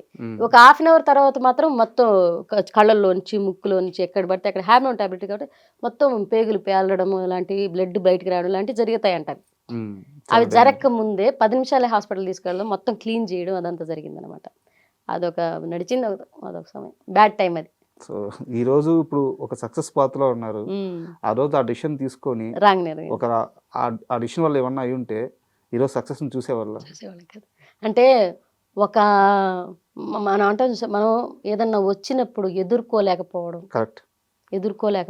ఆ సున్నితమైన మనస్సుతో ఉండడం వల్ల చావుని బేసేయడం. అంటే నాకు చావు దాకా వెళ్ళిన తర్వాత నాకు ఒకటి అనిపించిందండి, ఎప్పుడు కూడా మనం తీసుకునే నిర్ణయాలు క్షణిక ఆవేశం అనేది ఒకటి ఉంటుంది. ఆ క్షణిక ఆవేశాన్ని దాటలేకపోతే చాలా వాల్యుబుల్ లైఫ్ని కోల్పోతాం. క్షణిక ఆవేశాన్ని దాటలేకపోతే, మనకు వచ్చిన ఆవేశాన్నో కోపాన్నో దాన్ని దిగమింగుకోలేకపోతే చాలా వాల్యుబుల్ లైఫ్ పోతుంది అనమాట. తర్వాత నాకు అర్థమైంది, నేను బెడ్ ఎక్కిన తర్వాత నేనేమనుకున్నాను, శివయ్యానే బతికితే బాగుండు, శివయ్యానే బతికితే చేసేసాను, ఆవేశంలో చేశాను. ఇంత పెద్ద నా ఫీడింగ్ పాప, ఆ పాప పాల కోసం ఏడుస్తుంది. నాకు ఏం చెప్పాలో నాకు అర్థం కావట్లా. మా అమ్మ పక్కన కాళ్ళ దగ్గర కూర్చొని ఏడుస్తుంది, మా సుబ్బు మౌనంగా మా సుబ్బు కళ్ళల్లో ఎన్ని కనపడుతున్నాయి క్వశ్చన్ మార్కులు.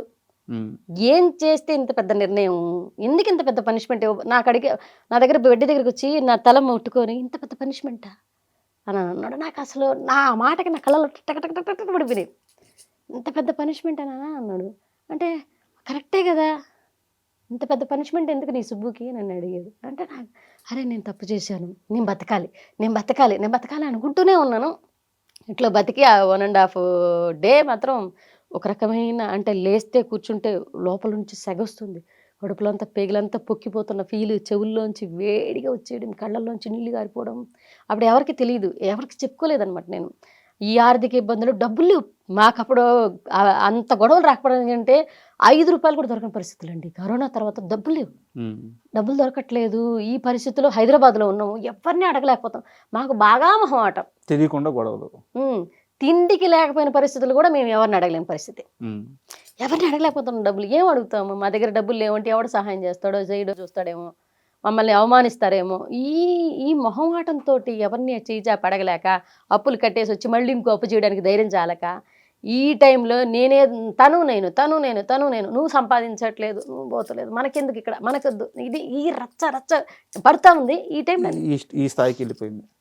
నేను బార్డర్ దాటకుండా మాట్లాడితే తను బార్డర్ దాటి మాట్లాడానమాట. మగాళ్ళు కదా ఉంటుంది, ఆ గొడవ పెద్దదయింది. ఆ గొడవ పెద్దదా, నేను ఇట్లా నేనే చచ్చిపోతానులే, నువ్వు హ్యాపీగా పిల్లలతో పడి ఉండు, నన్ను చేసుకుంటాను. ఆ టైంలో నేను చేసుకున్న రోజు నుంచి సస్తున్నాను నేను అన్నాడు. నేను చేసుకున్న రోజు నుంచి నాకు ఎక్కడుందో సుఖం నాకు అప్పటి నుంచి ఆ టైం నాకు అది అలా నాకు అసలు మెలి తిప్పేసింది. ఆ ఓడి నాకు చేసుకున్న రోజు నుంచి నేను బాధలు పడుతూనే ఉన్నాను.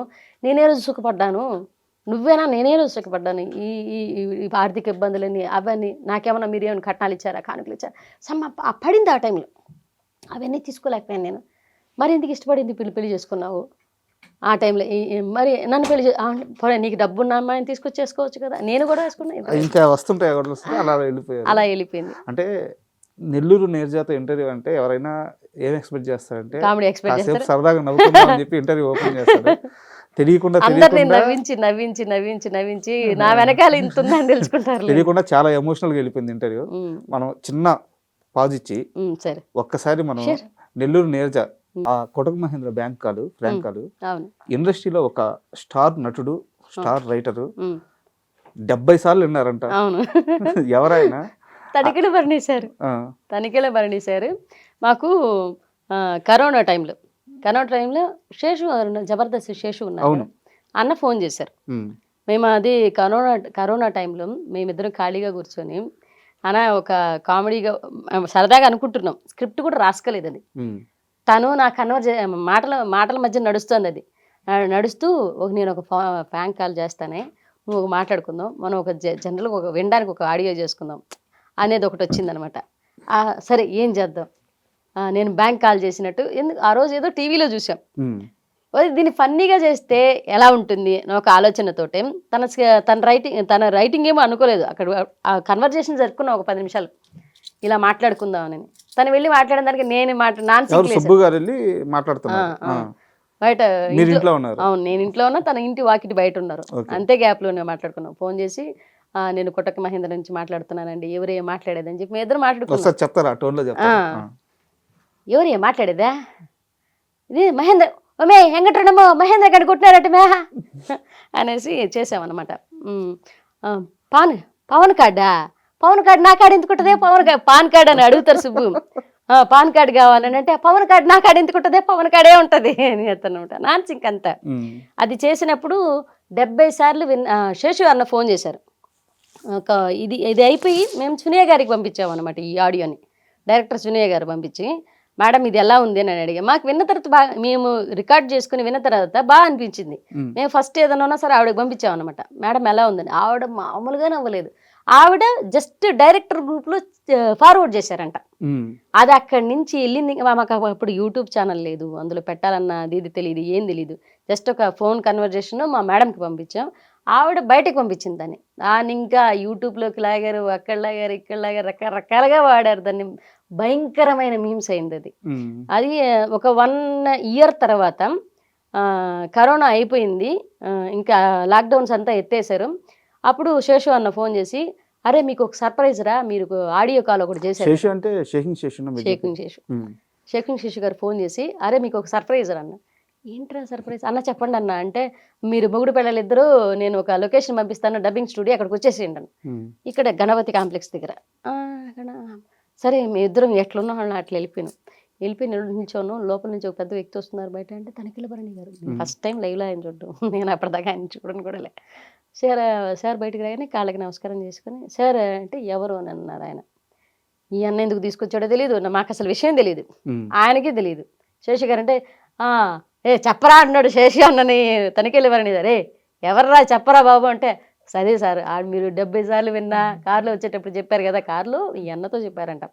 నేను ఒక ఆడియో వింటూ ఇది 70 సార్లు విన్నా శేషు నేను. ఉమ్, నాకు ఎంత ముచ్చటేసిందంటే నాన్ సింక్లో మాట్లాడతారు వీళ్ళు, ఎంత బాగా మాట్లాడంటే ఆడ మొగుడుకు వెళ్ళాలండి నాకు తెలుసు, మన జబర్దస్త్లో కూడా చేశారు, నా టీంలో కూడా చేశారు, ఆ అబ్బాయి కూడా అమ్మాయి వాళ్ళు వేరే టీవీలో కూడా చేస్తారని చెప్తే అవునా అని నవ్వారంట. ఉమ్. ఆయనకు సర్ప్రైజ్ ఇద్దామని మమ్మల్ని తీసుకెళ్ళాడు, మాకు కూడా సర్ప్రైజ్, అది బిగ్ సర్ప్రైజ్. అంతే కదా. మేము మాట్లాడిన తర్వాత ఓ సూపర్ అమ్మా రా రా రా అని అన్నారు. వెళ్ళిన తర్వాత ఆయన పట్టుకొని మా ఆయన నన్ను బంగారం ఇద్దరు ఎంత బాగా చేశారు రా, ఎప్పుడో ఫ్యూచర్లో ఒక అవకాశం ఇస్తాను ఉండండి అని అన్నారు, అంతే ఉమ్. అని అన్నారు. Thank you so much sir. అది చాలు, ఆయన అదే ధైర్యం కలవడం కదా. చాలు. ఒక ఆడియోకి అంతకు మించిన అవార్డు నాకు అవసరం లేదనిపించింది ఆ టైంలో. ఆయన లైవ్లో సరే నేను ఇక్కడ కూర్చుంటా, మీ ఇద్దరు ఆడు చేయండి ఇంట అని అన్నాడు. నేను మేము ఇద్దరం చేసామన్నమాట. వాడు యా సూపర్ అయ్యా, భలే చేశారయ్యా, ఆయన యాటిట్యూడ్ భలే వచ్చింది నాకైతే. ఆయన రాయని కామెడీ కాదు, ఆయనకి తెలియదు. ఆయన ఒక తెలియదు. కవికి, ఇండస్ట్రీలో ఒక సీనియర్ యాక్టర్కి మన కామెడీ నచ్చి పిలవడం అనేది అంతకు మించిన అవార్డు ఏంటండి చెప్పండి. నాకు అది ఆ టైంలో చాలా బిగ్ అచీవ్మెంట్ అనిపించింది. నవ్వి మీ ఇద్దరం ఒక ఫోటో దిగి పక్కన కూడా పెట్టుకున్నాం అనమాట. అట్లా జరిగింది. అంటే అక్కడి నుంచి కట్ చేస్తే చాలా వెబ్ సిరీస్లో యాక్ట్ చేశారు. అవును. సో అంటే స్టేజ్ షోలకు కానీ టెలివిజన్ షోలకు కానీ ఇక్కడ మనకి వెబ్ సిరీస్లకు వచ్చేలేకే ఆ యాక్టింగ్ తీరు మారిపోద్ది, అవును, చాలా తేడా ఉంటుంది. ఎలా మెర్జ్ అవ్వగలిగారు? ఒకటండి, నాకు ఈ కామెడీ షోలు ఇవి అంటే ఫస్ట్ ఆఫ్ ఆల్ నేను ఇక్కడ యాక్టింగ్ చాలామంది అంటారు అసలు మీరు యాక్టరే కాదు, నేను మా కుటుంబ సభ్యులు కానీ నేను ఎవరు యాక్టర్స్ లేరు. మాకు అసలు మా పెదనాన్న గారు అంటే ఆయన జానపద కళాకారుని, ఆయన సాంగ్స్ పాడుకునేవాడు.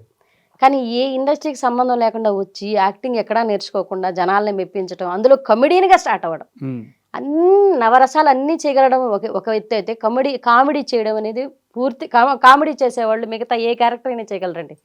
ఇది 100% చెప్తాను. నేను కమెడియన్గా నేను తీసుకున్నది ఏంటంటే కామెడీ వర్షన్లో అదే బాడీ షేమింగ్, క్యారెక్టర్ షేమింగ్ ఇవన్నీ తీసుకోవడం వల్ల మనసు చాలా స్ట్రాంగ్ అవుతుంది. బాడీ షేమింగ్, క్యారెక్టర్ షేమింగ్ అన్నీ తీసుకుంటాం, మన మీద మన కౌంటర్లు వేయించుకుంటాం, పక్కన మీద కౌంటర్లు వేస్తాం, ఇవన్నీ మన అనుకుంటాం. కానీ ఆర్టిస్ట్ని చాలా స్ట్రాంగ్ చేస్తాయి. కమెడియన్కి ఉన్న స్ట్రాంగ్ మెంటాలిటీ హీరోకి కూడా ఉండదు, అంత స్ట్రాంగ్ మైండెడ్ వస్తారు. ఎందుకు అని అంటే బాడీ షేమింగ్, క్యారెక్టర్ షేమింగ్, ఎత్తుకుంటే క్యారెక్టర్ షేమింగ్ చేస్తావు. నువ్వు అట్లా ఇదే వ్యక్తిని ఒక కమెడీని తీసుకొచ్చి బయట ఒక మాట అనండి ఆయన తట్టుకోలేరు, ఒక స్టేజ్ మీద 100 అనండి తట్టుకోగలరు. నవ్వించడానికి దేనికైనా రెడీ, దేనికైనా రెడీ. అది మెంటల్గా ఫిక్స్ అవుతారండి, నవ్వించడానికి దేనికైనా రెడీ. అది నిజ జీవితంలో కూడా ఎలా అవుతుంది, అవతలో నవ్వించడానికి మనం ఏం చేసినా తప్పులేదు. మీకు వెబ్ సిరీస్ల పరంగా ఫస్ట్ బ్రేక్ అంటే భామా కలాపం అనుకోవచ్చా? భామా కలాపం అనేది సినిమా కదా. అవును, ఓటీటీలో అవును, first break Bhama Kalapam. Web సిరీస్లు వల్ల కూడా కాదు కానీ అప్పటికి నేను కామెడీ షోల్లో యాజ్ ఎ టీమ్ లీడర్గా ఉన్నాను. హంగామా, జబర్దస్త్, మళ్ళీ వచ్చేసి ఎక్స్ప్రెస్ రాజా అనేది మన యాంకర్ ప్రదీప్ గారికి 1.5 year అమ్మగా నడిచాను దాంట్లో. నేను మంగళవారం ఏదో షో వచ్చేది అప్పుడు. సో అంటే ఇంకా జబర్దస్త్ వరకు రాలేదు. ఓటీటీ విషయానికి వస్తే ఫస్ట్ బ్రేక్ ప్రియమణి గారు. సో ఆమెతో ఎలా ఉండేది? ఆవిడ చాలా మంచి ఆవిడండి. నాకు ఫస్ట్ టైం ఒక హీరోయిన్తో చేయబోతున్నా నేను. పిలిచి హీరోయిన్కి అక్క క్యారెక్టర్ అన్నారు.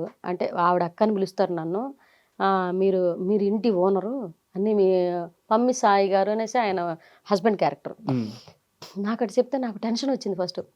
ఒక హీరోయిన్తో కదా, ఆవిడ అప్పటికే బాగా సక్సెస్లో ఉన్న హీరోయిన్ ఆవిడ, ఎవరితో చేయబోతున్నాం, ఎట్లుంటుంది ఏంటో. వాళ్ళ హీరోయిన్ అంటే ఒక రకమైన మనకు దడ ఉంటుంది కో ఆర్టిస్టులకి, వాళ్ళు ఎలా తీసుకుంటారో, మనం పక్కన ఎక్కడ ఉండాలో ఏంటో ఇవన్నీ. ఆవిడ క్యారవాన్ నుంచి వచ్చి ఆవిడ క్యారవాన్లో కూర్చోగా నేను చూడలేదండి భామా కలాపం సినిమాలో. ఎందుకు అంటే ఆవిడ సెట్లోనే ఎక్కువ శాతం ఉన్నారు. సెట్లోనే ఎండ వస్తున్నా సరే ఒక తెర వేసి ఆవిడ కూర్చునేవాళ్ళు అనమాట. టెంట్ ఒకటి వేసి ఆవిడ కూర్చోబెట్టేవాళ్ళు. ఆవిడ వెళ్ళరు. నేను ఆవిడని చూసి నేను అప్పుడే సినిమాల్లోకి వస్తూ నేను ఆవిడని చూసి కొన్ని నేర్చుకున్నాను అనమాట. ఆవిడ ఎంతసేపు ఉన్న సరౌండింగ్స్ని ఎంత హెల్దీగా భావిస్తారంటే, ఇప్పుడు డీ షోలో ఆవిడ జడ్జిగా ఉన్నారు. ఎప్పుడు కూడా మనం ఎదిగేటప్పుడు బాండింగ్స్ అనేవి, గౌరవాలు అనేవి, చుట్టుపక్కల వాళ్ళని గమనించడం అనేది ఎంత ముఖ్యమో నాకు అప్పుడు అర్థమైంది. అదొక ప్లస్ పాయింట్ నాకు తెలిసిందనమాట. సీనియర్ యాక్టర్స్ని కలవడం వల్ల మనకు తెలిసే విషయాలు ఏంటంటే, ఇలా ఉంటే కూడా యాటిట్యూడ్ ఇలా ఉండాలి, ఎదిగే కొద్దీ మనం వీళ్ళని గమనించుకోవాలి పక్కవారిని అనేసి నాకు అదొక పాయింట్ అయితే రైజ్ అయింది బాగా. ఆవిడ వచ్చినప్పటి నుంచి రండి, నేను దూరంగా నిల్చున్నాను. నేను ఆవిడ హీరోయిన్ ఎలా తీసుకుంటారు అంటే ఈ స్ట్రగుల్ పడి పడి పడి వచ్చి టీమ్ లీడర్స్ మధ్యన ఎంత చూసి వచ్చున్నాను కాబట్టి ఒక్కో రకమైన యాటిట్యూడ్తో ఉంటారు. సరే, మనం హీరోయిన్తో చేస్తున్నాం, మనం ఎందుకు దగ్గరికి వెళ్ళి మాట్లాడడం, ఇదంతా ఎందుకు, మన సీన్ వచ్చినప్పుడు చేసుకొని వచ్చేద్దాం. నేను దూరం కూర్చుంటే ఏంటి అక్కడ అనింది. మేడం అంటే ఇటు రండి రండి రండి, ఎందుకు అక్కడ అని అనింది.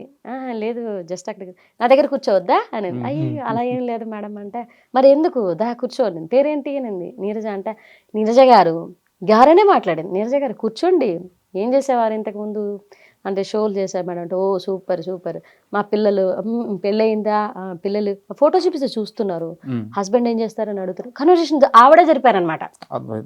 ఆవిడ క్వశ్చన్ అడుగుతుంటే అవును మేడం అవును మేడం నేను సమాధానం చెప్తుంటే, ఫ్రీగా ఉండండి, ఫ్రీగా మూవ్ ఆన్ అవ్వండి, పర్లేదు ఏం కాదు, మీకన్నా నేను సినిమాల ముందు వచ్చున్నా అంతే, నేను ఒక హీరోయిన్, మీరు క్యారెక్టర్స్, మీరు లేకపోతే నేను లేను, నేను లేకపోతే మీరు లేరు, మనం అందరం లేకపోతే వీళ్ళందరూ లేకపోతే మనం అందరం లేవు, ఇదే పాయింట్ గుర్తుపెట్టుకో, భయపడద్దు ఇప్పుడు కూడా. నేను కరెక్టే కదా అనుకుని కూర్చొని, కానీ సెకండ్ డే కూడా నేను బార్డర్స్ దాటి మాట్లాడలేదు, ఆవిడ పిలిస్తేనే మాట్లాడుతూ ఉండేది. కానీ పక్కగా కూర్చోరు. ఆ సినిమా అయిపోయేంత వరకు 7 days ఏమో కాల్ షీట్ ఇచ్చారు. ఆ 7 days ఆవిడ పక్కన కూర్చున్నాను. మామూలుగా హీరోయిన్స్ అలా ఉండరంట సెట్లో? ఉన్నారు. నేను ఫస్ట్ టైం నేను ఒక హీరోయిన్తో, అంటే మిగతా హీరోయిన్లతో కూడా ఈ రీసెంట్గా చాలా చేశాను నేను, హీరోలతోటి హీరోయిన్ తోటి. బట్ ఆవిడని చూసినంత తర్వాత మళ్ళీ నేను యాంకర్స్ని కూడా అంత దగ్గరగా ఎవరిని చూడలేదు, అంత ఫ్రీగా. నేను 1.5 year ప్రదీప్ గారికి యాంకర్ అమ్మగా చేస్తే, నేను ప్రదీప్ గారి రూమ్ దగ్గర దరిదాపులు కూడా నేను ఎప్పుడు పోలేదు. స్టేజ్ మీద మాట్లాడతారు, స్టేజ్ దిగిన తర్వాత ఎవరి దారి వాళ్ళది. మళ్ళీ శ్రీముఖి గారు రూమ్ దగ్గరికి వచ్చి మాట్లాడతారు, శ్రీముఖి గారి దగ్గర తీసుకుంటారు, శ్రీముఖి గారు క్లోజ్గా అంటే, శ్రీముఖి గారితో జూ లకటక అని ఒక షో నడిచింది, అది కూడా 1.5 year నడిచింది. అప్పుడు ఆవిడ ఇంకా ఫ్రీగా మూవ్ అయ్యారు అనమాట, మాట్లాడతారు. యాంకర్ ప్రదీప్ గారు అంటే ఆడవాళ్ళతో చాలా తక్కువ మాట్లాడతారు, నేను మరీ క్లోజ్గా ఉంటే తప్పితే. నేను అమ్మ క్యారెక్టర్ చేస్తున్నా సరే అది చూడగానే లేచి నిలబడేవాళ్ళు, నిలబడి అమ్మ బాగున్నారా, కూర్చోండి, తర్వాత మీ క్యారెక్టర్, ఇవాళ ఏం చేయబోతారు, అంత స్టేజ్ వరకు. స్టేజ్ దిగేత ఆయన మళ్ళీ ఆయన బాగా మొహమాటం, మళ్ళీ దిగి వెళ్ళిపోయేవాళ్ళు అనమాట. మనకు మాట్లాడడానికి మొహమాటం వస్తుంది చూస్తే, మనకు మాట్లాడడానికి కూడా నాకు ఒక రకమైన, మనం అనవసరంగా గెలికి మాట్లాడడం ఎందుకు, మనం ఫ్రెండ్షిప్ పెంచుకోవడం ఎందుకని నేను ఆ రకమైన మనసత్వం కామ్గా ఉంటాను అనమాట. నాతో మాట్లాడితే నేను బాగా మాట్లాడతాను, నాతో మాట్లాడలేకపోతే వాళ్ళు దూరంగా ఉంటున్నారంటే వాళ్ళు మనం ఇబ్బంది పెట్టద్దు, మన స్నేహం వాళ్ళకి ఇబ్బంది కలగకూడదు, మన ఫ్రెండ్షిప్ని అవతల వాళ్ళ మీద రుద్దకూడదు అనుకుంటాను నేను. బట్ ఆయనకి రెస్పెక్ట్ అయితే ఉంది, రెస్పెక్ట్ ఉంది, మాట్లాడుతున్నారు, అంతవరకు చాలు, అభిమానం ఉంది అనుకున్నాను నేను. సూపర్. అండ్ ముఖ్యంగా నెల్లూరు నియోజకవర్గంగానే చాలా మందికి ఇప్పటికీ ఉన్న డౌట్ ఏంటంటే, జబర్దస్త్ నుంచి ఎందుకు బయటకు వచ్చారు? యాక్చువల్గా జబర్దస్త్లో ఇప్పుడున్న కామెడీ చూస్తుంటే మీరు చేసే కామెడీలో సగం కూడా ఎవరు చేయలేరు. నేను ఓపెన్గా స్టేట్మెంట్ ఇస్తున్నాను, మీ కామెడీలో అంత క్వాలిటీ ఉంటుంది, అంత ఫన్ ఉంటుంది. మీలాంటి వాళ్ళు అలాంటి ఒక మంచి ప్లాట్ఫామ్ మీద ఉండడానికి 100% అర్హత ఉంది. టీమ్ లీడర్గా కూడా ఎదిగారు. అలాంటి స్థాయి నుంచి అసలు పూర్తిగా బయటకు ఎందుకు వచ్చారు? ఏమండి, నాకు ఎక్కడ బాధేసిందంటే, జబర్దస్త్లో 12 episodes టీమ్ లీడర్ పిలిచారు, టీమ్ లీడర్గా అనౌన్స్ చేశారు. మా సుబ్బుగానికి నన్ను ఆమెకి నేమ్, ఒక బ్రాండ్ నేమ్ ఉందన్న, ఆమె పేరే పెడతామన్నా, నెల్లూరు నీరజ. సరే, మా ఆయన పేరు నాకు మింగిల్ చేసి పెట్టమన్నా, వద్దన్నారు. సరే, మా ఆయన నాకన్నా ముందు మా ఆయన చాలా రైటర్గాను మా టీం తీసుకురావడానికి చాలా బాగా కష్టపడ్డారు. ఆయన మొదటి నుంచి కష్టపడ్డ వ్యక్తి. ఆయన పేరు పెట్టమని అన్నా కూడా సరే నీ పేరే అని అన్నారు. సరే, నా పేరే చేశారు, బాగానే ఉంది. అదంతా కూడా కాదు, ఒక 10 episodes చేసిన తర్వాత ఒక మెంటల్ ప్రెషర్ ఇచ్చారండి. మెంటల్ ప్రెషర్ ఇచ్చారు.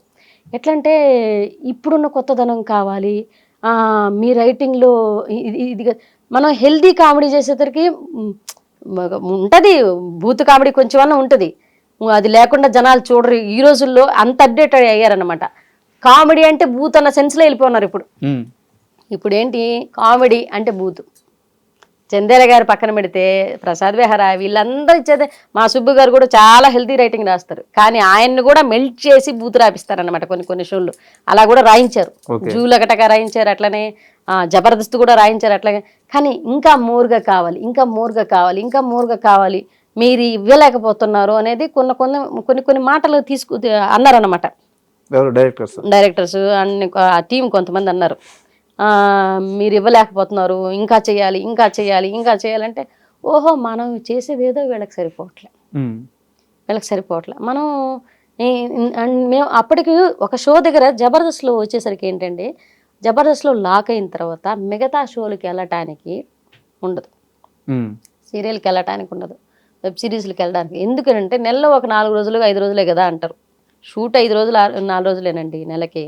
కానీ దానికి పడే స్ట్రగుల్ ఉంటుంది చూసారా. ఒకసారి రైటర్లు తీసుకెళ్ళాలి, ఒకసారి రిహార్సల్కి వెళ్ళాలి, దాని ఒకసారి అవన్నీ వినిపించడానికి ఎన్ని స్టోరీలు ఉంటాయి, అన్ని స్టోరీలు డిస్కషన్స్కి అంటారు. ఆ డిస్కషన్స్కి వెళ్ళిన తర్వాత ఇన్ని స్క్రిప్ట్లు అనేవన్నీ చూస్తారు. మనం 20-30 స్క్రిప్ట్లు మా సుబ్బుకి, ఒక జబర్దస్త్కి, ఈ హంగామాకి ఈ రాసి ఒకనొక టైంలో మైగ్రేన్ అటాక్ అయింది. ఓకే. మైగ్రేన్ అటాక్ అయ్యేసి తనకేంటంటే ఇంకా ఒక రైటర్కి ఇంకా రాయి సపోర్టర్ లేదు, తన ఆలోచించుకోవాలి, రాసుకోవాలి. కూర్చుంటే మా టీం కూర్చుంటాను, నేను కూర్చుంటాను, అది కాదు నాన్న ఇది అనుకుంటాం, అక్కడే లైవ్లో ఎడిటింగ్ అనుకుంటూ రాసుకుంటూ ఉంటాం. కానీ తనకేంటంటే వీళ్ళు పెట్టే మెంటల్ ప్రెషర్కి మైగ్రేన్ ఎక్కువైపోతుంది. ఈ 10 స్క్రిప్ట్లు తీసుకెళ్తే ఇది నచ్చలేదంటారు, అది నచ్చలేదంటారు. అక్కడ ఒక రైటర్ని ఇచ్చారు. ఆ రైటర్ ఏంటంటే మనకు అక్కడ నాకు ఒకనొక పాయింట్లో మేము చెప్పిన స్క్రిప్ట్లు వాళ్ళకి నచ్చేది లేదు. ఓకే. వాళ్ళకి నచ్చేది లేదు, వాళ్ళు చెప్పిన స్క్రిప్ట్లే వాళ్ళు వేయించేవాళ్ళు. అది ఆ స్క్రిప్ట్ చెప్పేటప్పుడు నాకు అర్థమయ్యేది, మా సుబ్బు గారికి అర్థమయ్యేది ఈ స్క్రిప్ట్ పండదని, ఈ స్క్రిప్ట్ పేలదని మాకు తెలుస్తుంది, మనకు తెలుస్తుంది. మనం టు బి ఫ్రాంక్గా మాట్లాడలేము అక్కడ. ఈ స్క్రిప్ట్ పేలదు అనేసి, అదే పేలుతుందని డైరెక్టర్ గారు అంటారు. ఎందుకు ఈ రాజకీయం జరుగుతుందో అర్థం కాల నాకు. ఇప్పుడు 10 ఎపిసోడ్ల తర్వాత మాకు అదొక పాయింట్ వెలిగింది. మనమే అంటే మన ఊరి మనమే బిగించుకున్న వాళ్ళం అయిపోతాము అన్న ఒకనొక సందర్భంలో అనిపించింది నాకు. మన ఊరి మనమే బిగించుకున్న వాళ్ళం అవుతామో యాజ్ అ టీమ్ లీడర్గా పేరు తెచ్చుకొని ఇన్ని ఎపిసోడ్లు హంగామా, జబర్దస్త్, ఎక్స్ప్రెస్ రాజా, ప్రతిదీ జూలగటక అన్నిట్లో చాలా మంచి పేరుంది. వాళ్ళ స్కిట్ వస్తుందంటే కూర్చొని జనాలు చూస్తారు. అందులో 70% హెల్తీ ఉంటుంది, 30% మాత్రం పట్టుకోలేని బూత్ ఉంటుంది. అది టచ్ అవ్వనట్టు బూత్ ఉంటుంది. కానీ 100% బూత్కి తీసుకెళ్తున్నా అది స్కిట్లు పండట్లా. మా సుబ్బు గారు స్ట్రగుల్, వాళ్ళు ఇచ్చిన రైటరు వీళ్ళు ఏంటంటే పిలుస్తున్నారు, అది బాగాలేదు ఇది బాగాలేదని మొహమ్మద్ అనేస్తున్నారు. ఏంట్రా వీళ్ళు ఇలా అంటున్నారు, ఏం చేస్తారు, నిజంగా బాగుండట్లేదా? అది మనకు నచ్చింది వాళ్ళకి నచ్చట్లే, వాళ్ళకి నచ్చింది మనకు నచ్చట్లే. మేమేంటంటే సార్ ఇన్ని చేసామండి, జబర్దస్త్ అంటే ఒక పెద్ద ప్లాట్ఫామ్. ఎందుకంటే ఇన్ని షోలు ఒక ఎత్తు అయితే బాహుబలి సినిమా ఒక ఎత్తు, ఇన్ని షోలు ఒక ఎత్తు అన్నట్టు ఉంటుంది కదా. కానీ ఆ వాటి పేరు వాటిదే, ఇటు తీరి వీటిదే. కానీ జబర్దస్త్కి జనాలు బాగా అడిక్ట్ అయినారు, అలవాటు అయినారు. అది పెద్ద షోగా ఒక రన్ అవుతోంది. ఈ టైంలో దీన్ని వదిలేస్తే మనం చేతగానే వాళ్ళం అయిపోతామా అని మాకు ఒక క్వశ్చన్ మార్క్. ఇంకా ఏదో చేద్దాం, ఇంకా మా వల్ల వదిలే సార్, మీరు వేరే చూసుకోండి, మొహమాటం లేకుండా. ఒకటండి, పరిస్థితులు అనుకూలంగా ఉండి మన పని మనం ఫ్రీగా చేయనిస్తే అది ఎక్కడ ఏ ప్లాట్ఫామ్ అయినా మనం ఇమడగలం. పరిస్థితులు అనుకూలంగా లేకుండే మనల్ని ఇబ్బంది పెడుతూ ఉంటే ఆ ప్లాట్ఫామ్ ఏదైనా సరే అది వదిలేసి రావడం చాలా మంచిదంటాను నేను. ఎందుకనంటే మానసికంగా అక్కడ చచ్చిపోయే బదులు బయటకు వచ్చి ఇంకో పని చేయంటాను నేను. అంతే కదా. నాకు అదే అనిపించింది. మనం రైటర్లమి, మనం యాక్టర్లమి ఎదిగినాము, ఒక పేరు తెచ్చుకున్నాము. అక్కడ ఆ ప్లాట్ఫామ్ కాకపోతే ఇంకో ప్లాట్ఫామ్ ఉంది నిన్ను పిలవడానికి, ఇంకో ప్లాట్ఫామ్ ఉంది. అక్కడేంటో నువ్వేంటో నిరూపించుకుంటే చాలు. అక్కడుండి వాళ్ళ అవమానాలు తీసుకునే బదులు, అక్కడుండి వాళ్ళ తిరస్కారం తీసుకునే బదులు బయటకు వచ్చాయి అని ఇద్దరం మాట్లాడుకున్నాము. ఆ సార్కి చెప్పాము. వాళ్ళు వద్దు, ఇంకో టీంలోకి వెళ్ళండి, ఇంకో టీంలోకి మింగిల్ చేస్తామని అన్నారు. అట్లా కూడా యాజ్ అ టీమ్ లీడర్గా ఎంటర్ అయిన తర్వాత ఇంకో టీంలోకి వెళ్ళి మింగిల్ అవ్వడం ఎందుకని మాకెందుకు అనిపించింది, వచ్చేసాను. అంటే లాస్ట్లో మీరు ఒక మాట అన్నారు, వేరే టీంలోకి పంపిస్తామని చెప్పేసి. మీరు చాలా గట్టిగా సుబ్బు గారిని వద్దు అని చెప్పి వేరే టీంలో చేయడానికి వీలు లేదు అంటే డైరెక్టర్లు నీరజ మీరు ఖచ్చితంగా ఉండాల్సిందే, ఉండండి అని చెప్పంటే మీరు చాలా గట్టిగా అపోజ్ చేసి ఇంకా జబర్దస్త్ స్టేజ్ పైకి మనం ఎక్కొద్దు అని చాలా గట్టిగా అపోజ్ చేసి ఆయన తీసుకెళ్ళిపోయారు. నిజమేనా? నిజమే చెప్పు. నేను పిలిచే మా వాడు అయిపోయింది, పిలిచారు సార్ ఇక ఇట్లా ఇబ్బంది పెడుతున్నారంటే, సరే భయ్యా ఇది మనకు రేటింగ్ తగ్గుతోంది, చూడు ఇంకేమన్నా ఉంటే చూడండి అని అంటే, అవతల ఒక వ్యక్తి గురించి తెలిసి ఇన్ని షోలు చేస్తున్నాడని తెలిసి, ఇన్ని చేస్తున్నారని తెలిసి, నిన్ను ఒక వర్క్ ఇచ్చినప్పుడు నిన్ను ఇలా ఫ్రీగా వదిలేస్తే, నిన్ను ఫ్రీగా నువ్వేం చేయగలవు, నువ్వేం చేస్తావో నీకు ఒక ఐడియా ఉంటుంది, నీ మీద నమ్మకం ఉండాలి. ఫస్ట్ ఆఫ్ ఆల్ నిన్ను పట్టుకోక్కర్లా, నీ మీద నమ్మకం ఉండాలి, నీ టాలెంట్ మీద నమ్మకం ఉండాలి, నువ్వు చేయగలవు ఎట్టి పరిస్థితులని. ఆ నమ్మకం అవతలోడికి లేనప్పుడు ఆడుండడం వేస్ట్ అంటాను నేను. అంటే నాకు జబర్దస్త్లో ఇంకా చాలా మంది చెప్పింది ఏంటంటే, నాకు కొన్ని పరిచయాలు ఉన్నాయి, చాలా మంది చెప్పింది ఏంటంటే, నీరజ తన భర్తకి అవమానం జరుగుతుంది ఏమో తన భర్తని తక్కువగా చూస్తారు ఏమో అంటే ఆ పరిస్థితి కూడా రాకూడదు అని చెప్పేసి తన భర్త కోసమే జబర్దస్త్ని వదిలేసింది అని చెప్పి చాలామంది చెప్పారు. అంటే తన భర్త అది అది ఒక పాయింట్ అయితే తను నాకు వచ్చి చెప్పింది ఏంటంటే, నాన్న మన రైటింగే బాగాలేదంట, మార్చుకోవాలంట, మన రైటర్ ఇచ్చినా చేయలేకపోతున్నాం అంట అని డైరెక్టర్ అన్నాడని మా ఇంటికి వచ్చి బాధపడ్డాడు. వదిలే అంతే, వదిలేయి, నీ మీద నమ్మకం ఉండి నువ్వు ఫ్రీగా చేస్తావు, నువ్వు చేయగలవని నమ్మితేనే ఆ షో చేద్దాం. మనం చేయలేము నేను అవతలవాడు కనిపించిందంటే వదిలే.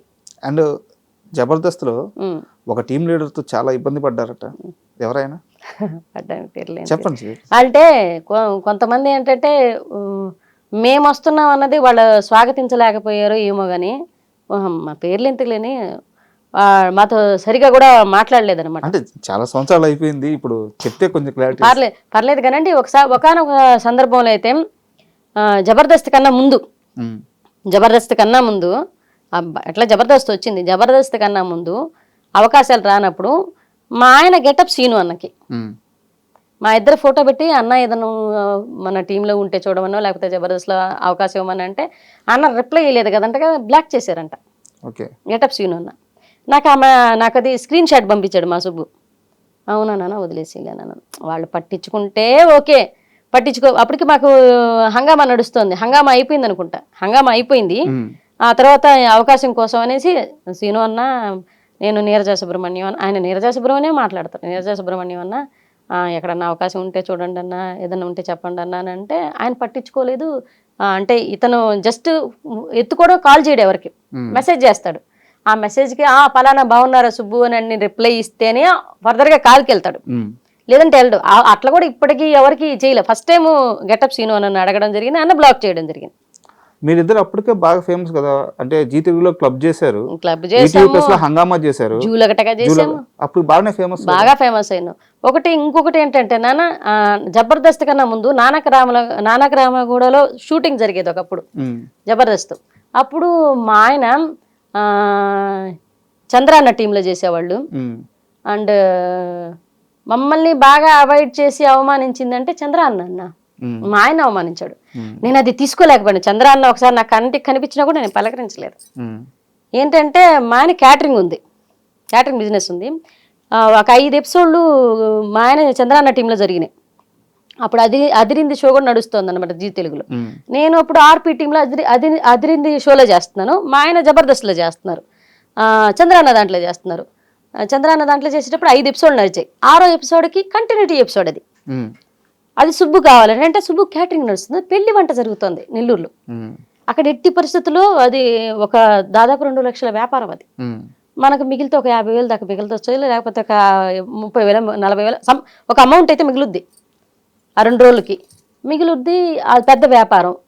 అది జరిగేటప్పుడు అన్న దాదాపు 500 మంది భోజనాల దాకా వస్తున్నారు. సో ఈ టైంలో ఈ ఒక్కరోజుకి ఎక్స్క్యూజ్ చేసి నా స్థానంలో ఎవరినన్నా పెట్టి కామెడీ షో అనేది ఆ స్థానంలో ఎవరినన్నా పెట్టి రన్ చేయొచ్చు. అంతే, నేను టీం లీడర్నండి, కో యాక్టర్స్ ఎవరినైనా పెట్టి రన్ చేయొచ్చు, నేను ఉండాలి important. Chandranna important, Subbu important character కాదు. సుబ్బు అనేది చిన్న క్యారెక్టర్. అది సుబ్బు బదులు అతని మీద కౌంటర్ వేసి రాత్రి ఓడి పెళ్ళాన్ని తీసుకెళ్ళిపోయిందనో ఏదో ఒక ఓడేసి దాన్ని తప్పించచ్చు. స్క్రిప్ట్ మన చేతిలో ఉంది. కానీ అన్న ఫోన్ చేసి నాతో మాట్లాడాడు. చంద్రాన్న ఫోన్ చేసి సుబ్బు గురించి అడిగాడు, అమ్మా ఎందుకు రాలేదు అని అంటే, అన్న పరిస్థితులు ఏంటంటే ఆయన క్యాటరింగ్ వర్క్ అన్న అంటే, క్యాటరింగ్ బిజినెస్ ఉన్నప్పుడు కామెడీ షోలు కూడా చేసుకోమన్నాడు అని అడిగాడు. బిజినెస్ ఉంది కదా, అదే చేసుకోమనొచ్చు కదా, ఇది కూడా చేసుకోమన్నాడు అని. చాలా తప్పుగా మాట్లాడుతున్నారన్న మీరు. అంటే ఒక ఆర్టిస్ట్కి ఒకే దాని మీద హైదరాబాద్కి వచ్చిన తర్వాత ఒక వ్యాపారం మీద నిలబడకపోతే ఇండస్ట్రీలో వచ్చే అవకాశాల వల్ల జరిగిపోద్దంటే ఎవరికి జరగదు. ఇప్పుడు సర్వానంద గారు హీరో, హోటల్ ఎందుకు పెట్టుకున్నారండి? ఎందుకు పెట్టుకున్నారా మనం అడగగలమా? ఇప్పుడు చార్మి గారు పెద్ద హీరోయిన్గా నడిచింది, ఆవిడ ప్రొడక్షన్ ఆఫీస్ ఎందుకు పెట్టుకున్నారు?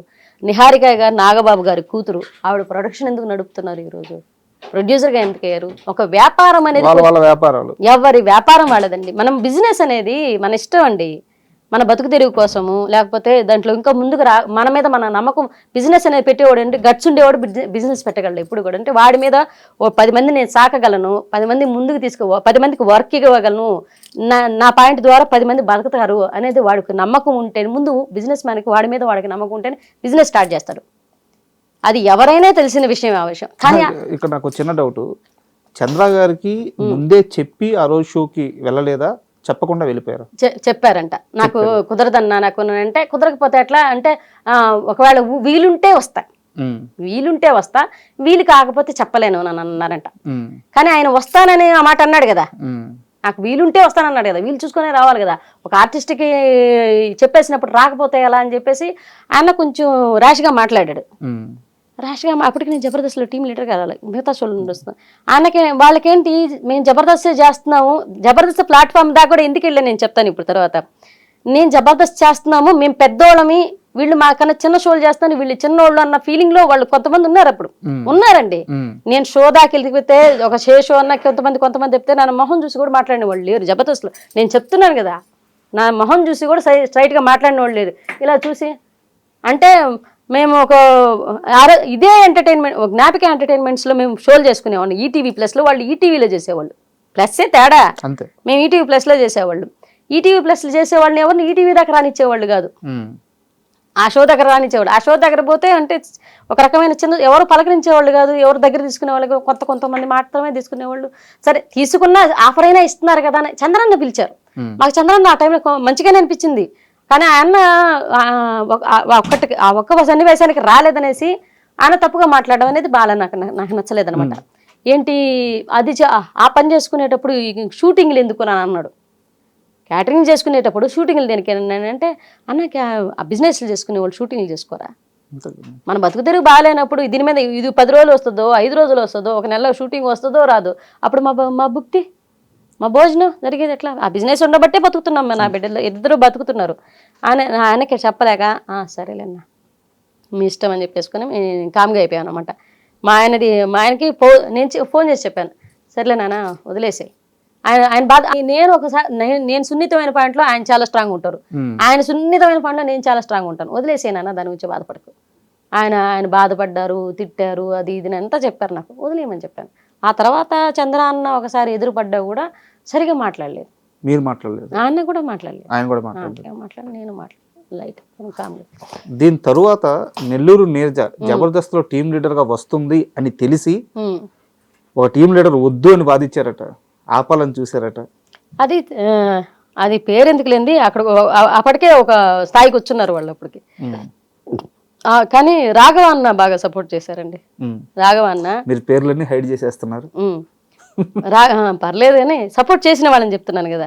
ఇప్పుడు గెటప్ సీను అన్న బ్లాక్ చేశాడు, దానికి ముందే ఇప్పుడు చెప్పాను. ఇప్పుడు చంద్రాన్న తిట్టారు, ఇంకా హైడ్ చేయడం ఏముంది. కొంతమంది వద్దని, ఈ తిట్టిన వాళ్ళు ఎవరో ఒకరు ఉంటారు కాడ హైడ్ చేసిన వద్దని చెప్పిన వాళ్ళ, ఆ డైరెక్టర్ చెప్పేవాళ్ళు అందరూ తెలిసిన వాళ్ళేనండి. ఈటీవీ అని అంటే ఇక్కడ చేసిన వాళ్ళు అక్కడ వాళ్ళ గురించి తెలియదా? ఇదే జబర్దస్త్లో చేసిన వాళ్ళు ఈరోజు నేను చేసిన జ్ఞాపిక ఎంటర్టైన్మెంట్స్లో చేస్తున్నారు. ఈ జ్ఞాపిక ఎంటర్టైన్మెంట్స్లో నాకు ఫుడ్ పెట్టింది జ్ఞాపిక ఎంటర్టైన్మెంట్స్, జబర్దస్త్ కూడా కాదు, నాకు జ్ఞాపిక ఎంటర్టైన్మెంట్స్. అక్కడే తయారు చేసిన ఒక బొమ్మలాగా బయటకు కూడా నేను అక్కడే ఎక్స్ప్రెస్ రాజా చేసా, అక్కడే హంగామాలు చేసా, అక్కడే వావ్ షోలకి గెస్ట్లుగా వెళ్ళా, అక్కడే సూపర్ మస్తీలు చేసాం. అంటే ఈటీవీ 20 అని నడిచేది అనమాట. ఆ 20 ప్రోగ్రామ్స్ సూపర్ మస్తీలు అని పెట్టేవాళ్ళు. ఒక డిస్టిక్ వైజ్ ఒక ప్రోగ్రామ్ ఒక ఈవెంట్లు నడిచేవి. ఇప్పుడు పెద్ద పెద్ద సింగర్స్ వచ్చేవాళ్ళు, అక్కడే లైవ్ ఈవెంట్లు జరిగి ఆ ఈవెంట్లో చేసే వాళ్ళ ప్రతి ప్రోగ్రాంలో మమ్మల్ని పిలిచారండి. వాళ్ళు ప్రతి 5 సంవత్సరాలు జ్ఞాపిక ఎంటర్టైన్మెంట్స్ మమ్మల్ని పిలిచి ప్రోగ్రాంలు ఇచ్చి ఒక స్థాయికి తీసుకొచ్చింది వాళ్ళే. ఒక ఫుడ్ పెట్టింది వాళ్ళు 5 సంవత్సరాలు. వాళ్ళ దయ వల్ల ఈరోజు ఇండస్ట్రీ దాకా వచ్చాను నేను. నాకు జీ తెలుగు కామెడీ క్లబ్ తర్వాత ఒక ఆఫర్ ఇచ్చి నిలబెట్టింది మాత్రం జ్ఞాపిక ఎంటర్టైన్మెంట్స్. ఆ జ్ఞాపిక ఎంటర్టైన్మెంట్స్ ఉంటున్నామని చెప్పేసి నేను అప్పుడు ప్రవీణ మ్యామ్తో కూడా అన్నాను, ఇక్కడ ఉంటున్నామని అక్కడ వాళ్ళు ఎవరు మాట్లాడట్లేదమ్మా, అక్కడికి పోయినా రిసీవ్ సరిగా చేసుకోవట్లేదు, అప్పుడప్పుడు పోయినా రిసీవ్ చేసుకోవట్లేదని. వన్స్ అక్కడ ఆర్టిస్టులు అందరినీ ఇప్పుడు ఈరోజు ఈవిడ ఫ్యామిలీ స్టార్స్ యాంకర్స్గా చేస్తున్నారు, ఫ్యామిలీ స్టార్ మొత్తం అందరినీ తీసుకొచ్చి చేస్తున్నారు. ఇక్కడ జబర్దస్త్కి వచ్చిన తర్వాత రాఘవ గారు ఏం సపోర్ట్ చేశారు? ఇందాక చెప్తున్నారు రాఘవ అన్న ఏమన్నారు, ఎన్నోసార్లు నాకు చెప్పిన పెద్ద కాంప్లిమెంట్ ఏంటంటే, అరే మీ స్కిట్లు చూసి చాలా స్కిట్లు నేను చేశాను రా, మీ స్కిట్లు హంగామాలు వస్తాయి, వాటికి మార్పులు చేర్పులు చేసి నేను కొన్ని స్కిట్లు మాయాజాలం చేశాను ఇక్కడ అంటే థ్యాంక్ యూ అన్న, thank you so much. Line అంటే సంవత్సరాల తరబడి కామెడీ షో చేసేటప్పుడు ఒక్కొక్కసారి లైన్స్ దొరకవండి.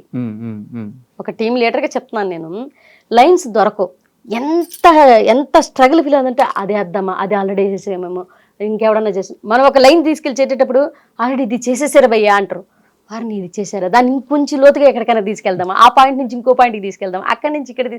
ఈ స్ట్రగుల్ పీరియడ్లో వాళ్ళది మేము చేసిన వాళ్ళు మాది చేసిన తప్పే ఉందని చెప్పి, కాకపోతే మార్పులు చేర్పులు, కథలు కొంచెం మారుస్తాం. సినిమా లవ్ స్టోరీ, లవ్వే ప్రధానం, లవ్ స్టోరీ ఒకటే, కానీ అందులో హీరోయిన్ లవ్ చేస్తుంది, హీరో లవ్ చేయడం, ఇట్లా కథలు మార్చుకుంటూ ఉంటారు. అట్లే వాళ్ళు కామెడీ ఒకటే, కానీ జోనర్స్ మాడిపోతూ ఉంటాయి. రాఘవ గారు మంచిగా మాట్లాడారు. తర్వాత రాను రాంప్రసాద్ అన్న బాగా మాట్లాడారు. ఇంకెవరు సుధీర్ గారు కానీ, గెటప్ సీను అన్న కానీ ఎవరు మాట్లాడలేదు.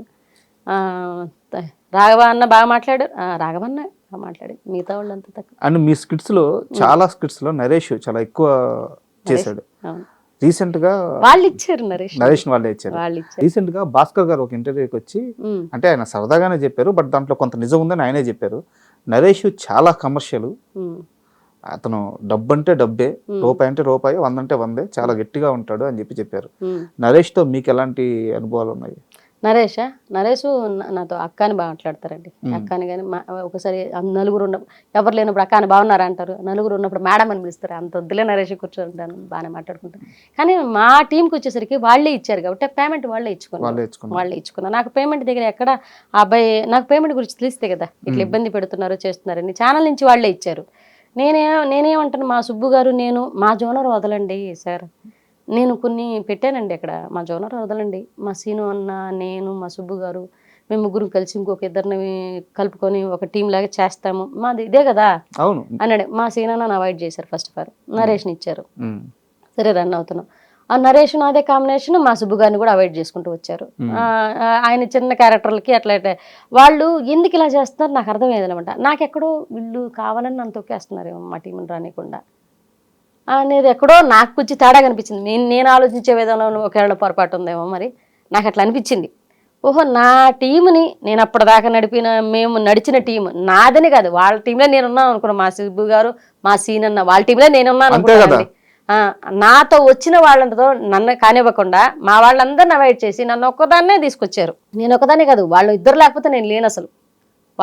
వాళ్ళిద్దరు సీను అన్న, సుబ్బు, వీళ్ళిద్దరు ఉండడం వల్లే మా టీం అంటే ఒక గెటప్ సీను అన్న అండ్ సుధీరు, రామ్ ప్రసాద్ అన్న, వీళ్ళు ఎలా ఒక టీమ్గా ముగ్గురు ఉంటే ఎలా పర్ఫామ్ చేస్తారో మేము ముగ్గురు ఉంటే అలా పర్ఫామ్ చేస్తాం. ఒక ఫ్లో ఉంటుంది, నాకు అది తెలుసు.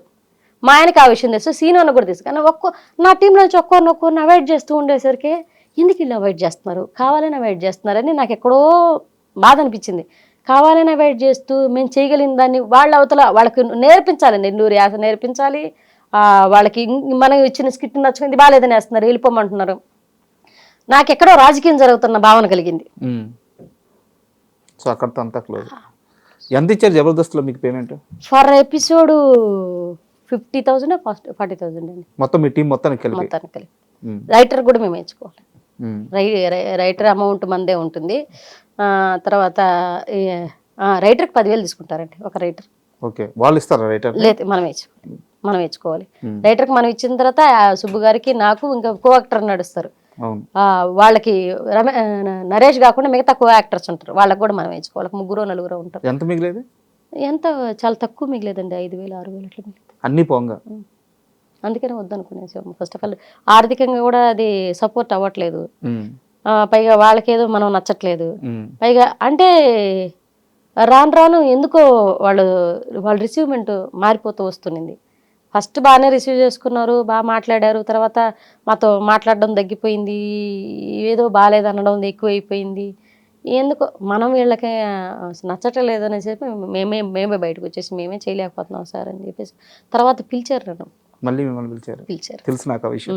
పిలిచారు, ఏం మా ప్రాబ్లం ఏంటి అని అడిగారు. బట్ నేను ఈ రోజు ఇంటర్వ్యూలు కాబట్టి చెప్తున్నాను. మీ వరకు పిలిచారు కదా? పిలిచారు. నా వరకు పిలిచినప్పుడు నేను మా సుబ్బు గారికి కూడా ఇస్తే వస్తాను.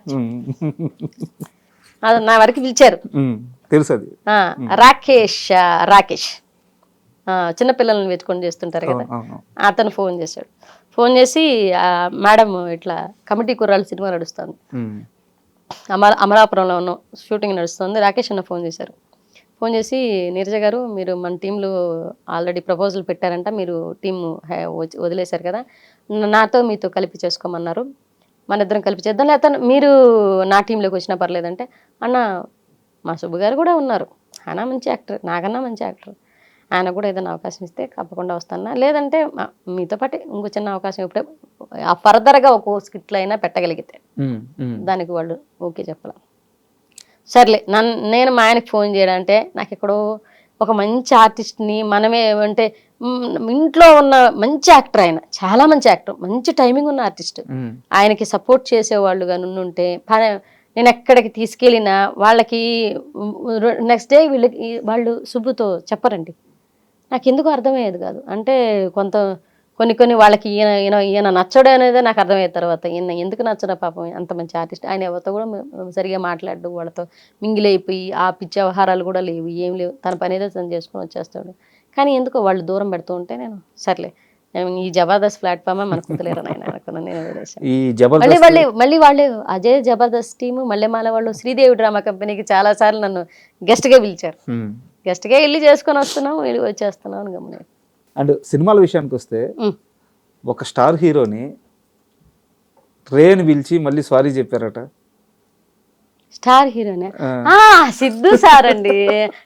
అందులో ఉందా ఓడు, నేను రేన్ పిలవడం కాదు, అందులో ఇంకెప్పుడు చేసుకుంటావురా ఆ డైలాగ్ ఉంది కదా, నాకు అది చెప్పడానికి నాకు టెన్షన్ వస్తుంది. ఆయన హీరో గారండి, ఆ ఓడు ఎలారంటే కథలో ఉంది కదమ్మా అన్నాడు. హీరోనే అన్నారు, డైలాగ్ చెప్పండి. ఒరే ఇంకెప్పుడు చేసుకుంటారా పెళ్ళా అంటాను కదా, అదే అన్నప్పుడు ఆ డైలాగ్ సార్ రావద్దు సార్, రే ఎందుకు రాశారు, ఇంకెప్పుడు చేసుకుంటావు పెళ్ళి అంటాను అంటే, అప్పుడు బాగా వస్తుందా ఫ్యామిలీలో చిన్నమ్మ పిన్నిలు ఇలాగే కదా మాట్లాడతారని సిద్ధు సార్ అంటున్నారు. ముందు సిద్ధు సార్ డీజే టీవీలో ఆ డైలాగ్ చెప్పేటప్పుడు సార్ ముందు చెప్పిస్తారండి, ఒకసారి అనుకుందామని అంటారు ఆయన. ఆ సీన్ ఒకసారి ఆయన రిహార్సల్ చేసినప్పుడు అది చెప్పేటప్పుడు నేను డైరెక్టర్ సార్ చూసి మల్లికార్జున సార్ ఆ సార్ చూసి సార్ రేయన్ రాశారు సార్, నాకు భయం వేస్తుంది అంటే పర్లే అంటున్నారు. సిద్ధు సార్ ఇంకెప్పుడు చేసుకుంటారా పెళ్ళని అని ఇట్లా చేయబెట్టి అనేసి సారీ సార్ అన్నట్టు, పర్లేదమ్మా అది కథలో ఉంది కదా అంటున్నారు. నాకు సినిమాల అవకాశాలు వస్తున్నాయి, వీళ్ళతో ఎలా నడుచుకోవాలో తెలియదు, ఎట్లా నడుచుకుంటే ఏ గొడవలు వస్తాయి అని ఒక టెన్షను. పెద్ద వాళ్ళతో వచ్చింది, ఎత్తుకోవడం పెద్ద హీరోతో వచ్చింది, ఆయన మంచి హీరో, అప్పటికి ఆయన రేటింగ్ రేంజ్ లో వెళ్తుంది సినిమా వెళ్ళేటప్పుడు. డిజెట్ వెళ్ళిన తర్వాత ఆయన మంచి చాలా పెద్ద హీరో అయ్యారు. అప్పటికి చెప్పారన్నమాట ఆయన బర్త్డే స్ట్రగుల్ ఇదంతా వినున్నా నేను, ముందు రోజు ఆయన ఇంటర్వ్యూలు కొన్ని చూశాను, అదంతా చూసి చాలా గొప్ప మంచి యాక్టర్తో చేయబోతున్నాం మనం అని ఆ గుడ్ ఫీల్తో వెళ్ళాను. ఆ గుడ్ ఫీల్ ఇది ఒకటి రాసి పెట్టారు, ఈ అమ్మాయి వీళ్ళు ఇప్పుడే రాశారా ఈ రేనే అనుకునే. చిన్నమ్మ నేను ఏంటి చిన్నమ్మ పతంగం రాజా ఏం చేస్తున్నాడు అని అంటే బానే ఉన్నాడు, రే నీకు సంబంధం అది 2 సార్లు 3 సార్లు వస్తాయి ఆ రేలు, ఇన్ని రేలు ఎందుకు సార్ ఏడా అని నేనంటే ఆయన పర్లేదు. ఆ సిద్ధు సార్ రాసిన స్క్రిప్ట్లు అంతా. అంటే సెట్స్ లో ఒక మర్చిపోలేని ఒక ఇన్సిడెంట్ అంటే ఏం చెప్తారు సిద్ధు సార్తోనా? ఆ రిహార్సల్ టైంలోనేనండి. రిహార్సల్ జరిగేటప్పుడే అంటే నేను రేన్ సారీ సార్ అని అంటే పర్లేదమ్మా అంటే ఆయన తీసుకునే విధానం నాకు మర్చిపోలేని విధానం ఏంటంటే ఆయన సరౌండింగ్స్ని చాలా హెల్తీగా మారుస్తున్నారు. ఇప్పుడు ఒక ప్రతి దాని మీద అంటే ఎవడ ఫేస్లో స్మైల్ లేదనుకో వెంటనే స్మైల్ వచ్చేటట్టు చేసేస్తాడు ఆయన ఒక స్మైల్ బాంబ్లా చేసేస్తాడు అనమాట. ఏట్రా సంగతే అని ఈయన డైలాగ్ వేయంగానే అవతల నవ్వేస్తాడు. ఏం లేదు సార్ అంటే ఆయన హెల్దీగా చేసుకుంటాడు షూట్. ఆయన ఉన్న అట్మాస్ఫియర్ని చాలా హెల్దీగా మార్చి కాసేపు నవ్వించేసి వీళ్ళ మీద కౌంటర్లు వేసేసి నవ్వించేసి ఆ తర్వాత అది కూడా హెల్దీగా ఉంటాయి ఆ కౌంటర్లు కూడా, మనసును వచ్చే విధంగా ఎక్కడా మాట్లాడరు. అంటే భగవంతుడి దేవాల నేను ట్రావెల్ చేసిన ప్రజెంట్ ఈ సినిమాలన్నీ కూడా చాలా మంచి అనుభవాలు వస్తున్నాయి నాకు. అంటే ఇలా ఉండాలి, విశ్వక్సేన్ ఇలా గారితో ఉండాలి. కూడా చేసినట్టున్నారు. విశ్వక్సేన గారు కాదు, ఆయన కూడా బాగా చాలా బాగా మాట్లాడతారు. ఆయన కూడా ఉమ్. చాలా బాగా రిసీవ్ చేసుకుంటారు, బాగా అందరితో మాట్లాడతారు. ఇప్పుడు వస్తున్న ప్రజెంట్ జనరేషన్ హీరోలంతా అంటే కో యాక్టర్స్ పక్కన క్యారెక్టర్ ఆర్టిస్టులు అందరినీ కలుపుకొని మాట్లాడుతున్నారండి. ఒకప్పుడు నేను లేను కాబట్టి నాకు తెలియదు, ఒకప్పుడు మిగతా కో యాక్టర్స్ ఎలా ఉండేవాళ్ళు, వాళ్ళతో బిడియం ఉండేది, మాట్లాడడానికి ఇబ్బంది పడేవాళ్ళేమో. కానీ ప్రజెంట్ ఉన్న జనరేషన్ హీరోలంతా క్యారెక్టర్ ఆర్టిస్టులతో చాలా బాగా మాట్లాడతారు, ఎంకరేజ్ చేస్తారు. మనం ఏదైనా తప్పు చెప్పినా తప్పు చేసినా ఆహా అలా కాదమ్మా ఇంకొకసారి తీసుకుందామా ఇలా మాట్లాడతారు తప్పితే ఎక్కడ ఈమె వల్ల ఇబ్బంది జరుగుతుందనో లేకపోతే ఈమె సీన్ పాడైపోతుంది ఇలాంటి ఇంటెన్షన్తో ఎవరు లేరు. సూపర్. అది నాకు అది మంచిగా అనిపించింది. నాకు నెక్స్ట్ క్వశ్చన్, ఇది ఆల్రెడీ మిమ్మల్ని ఒక ఇంటర్వ్యూలో అడిగారు, మీరు సమాధానం చెప్పారు. సార్ నేను ఎక్స్టెండెడ్గా మళ్ళీ అడుగుతున్నాను. సార్ కమిటీ కుర్రాళ్ళ సినిమా చాలా పెద్ద హిట్. అంటే ఇండస్ట్రీ మొత్తం ఒక్కసారిగా అటు తిరిగి చూసింది, ఎవరి 11 మంది ఎవరి ఆర్టిస్టులు అని చెప్పేసి. మంచి కథ. మీది వచ్చేసి చాలా మంచి రోల్, ఎమోషనల్ రోల్. ఆ సినిమా సక్సెస్ తర్వాత చిరంజీవి గారు అందరిని పిలిచారు, అందరూ వెళ్ళి చిరంజీవి గారిని కలిసి ఆయనతో ఫోటో దిగి ఒక మంచి మెమరీ. యాక్చువల్గా ఆ రోజు మీరు కూడా వెళ్ళాలి. నాకెవరు నన్ను పిలవలేదండి, నన్ను ఎవరు పిలవలేదు. యాక్చువల్లీ మా ప్రసాద్ బెహ్రా ఏమన్నాడు, చిరంజీవి సార్ దగ్గరికి పోతున్నారని నాకు ఎవరో చెప్పలేదు, ఇట్లా నన్ను పిలుచుంటే నేను వెళ్ళి చిరంజీవి సార్ దగ్గరికి ఎవరు పోకుండా ఉంటారండి. మా ముందు వెలిగిన ఒక పెద్ద హీరో అతను, తన ఇండస్ట్రీని ఓ రేంజ్లో నిలబెట్టిన వ్యక్తి. ఆయన అంటే నాకు చాలా అభిమానం, మా గురువు గారు. ఆయన దగ్గరికి పోకుండా ఎవరు ఉంటారు. బట్ నాకు ఇదేమంటే ఈవెంట్ ఉంటుంది కదా, సాంగ్ లాంచ్ ఈవెంట్లు, ఆ ఈవెంట్లు పిలిస్తే నాకు భయం అని చెప్పాను మా ప్రసాద్ బెహ్రాతో. అరే ఈవెంట్లకు రావాలంటే నాకు ఏదో సిగ్గుగా ఉంటాను రా, నేను అక్కడ రావచ్చు కదనే, ఎన్నిసార్లు ఎప్పుడు ఇంట్లో ఎందుకుంటావు, ఇట్లా ఈవెంట్లో కనపడాలి కంటే బాబోయ్ పెద్ద పెద్దోళ్ళు వస్తారు, ఆ ఈవెంట్లో నాకు ఏదో టెన్షన్ ఉంటుందిరా, ఏం మాట్లాడాలి అర్థం కాదు, నువ్వేం మాట్లాడబోదు వచ్చి కూర్చోడాలని. బట్ నేను పోలేదు.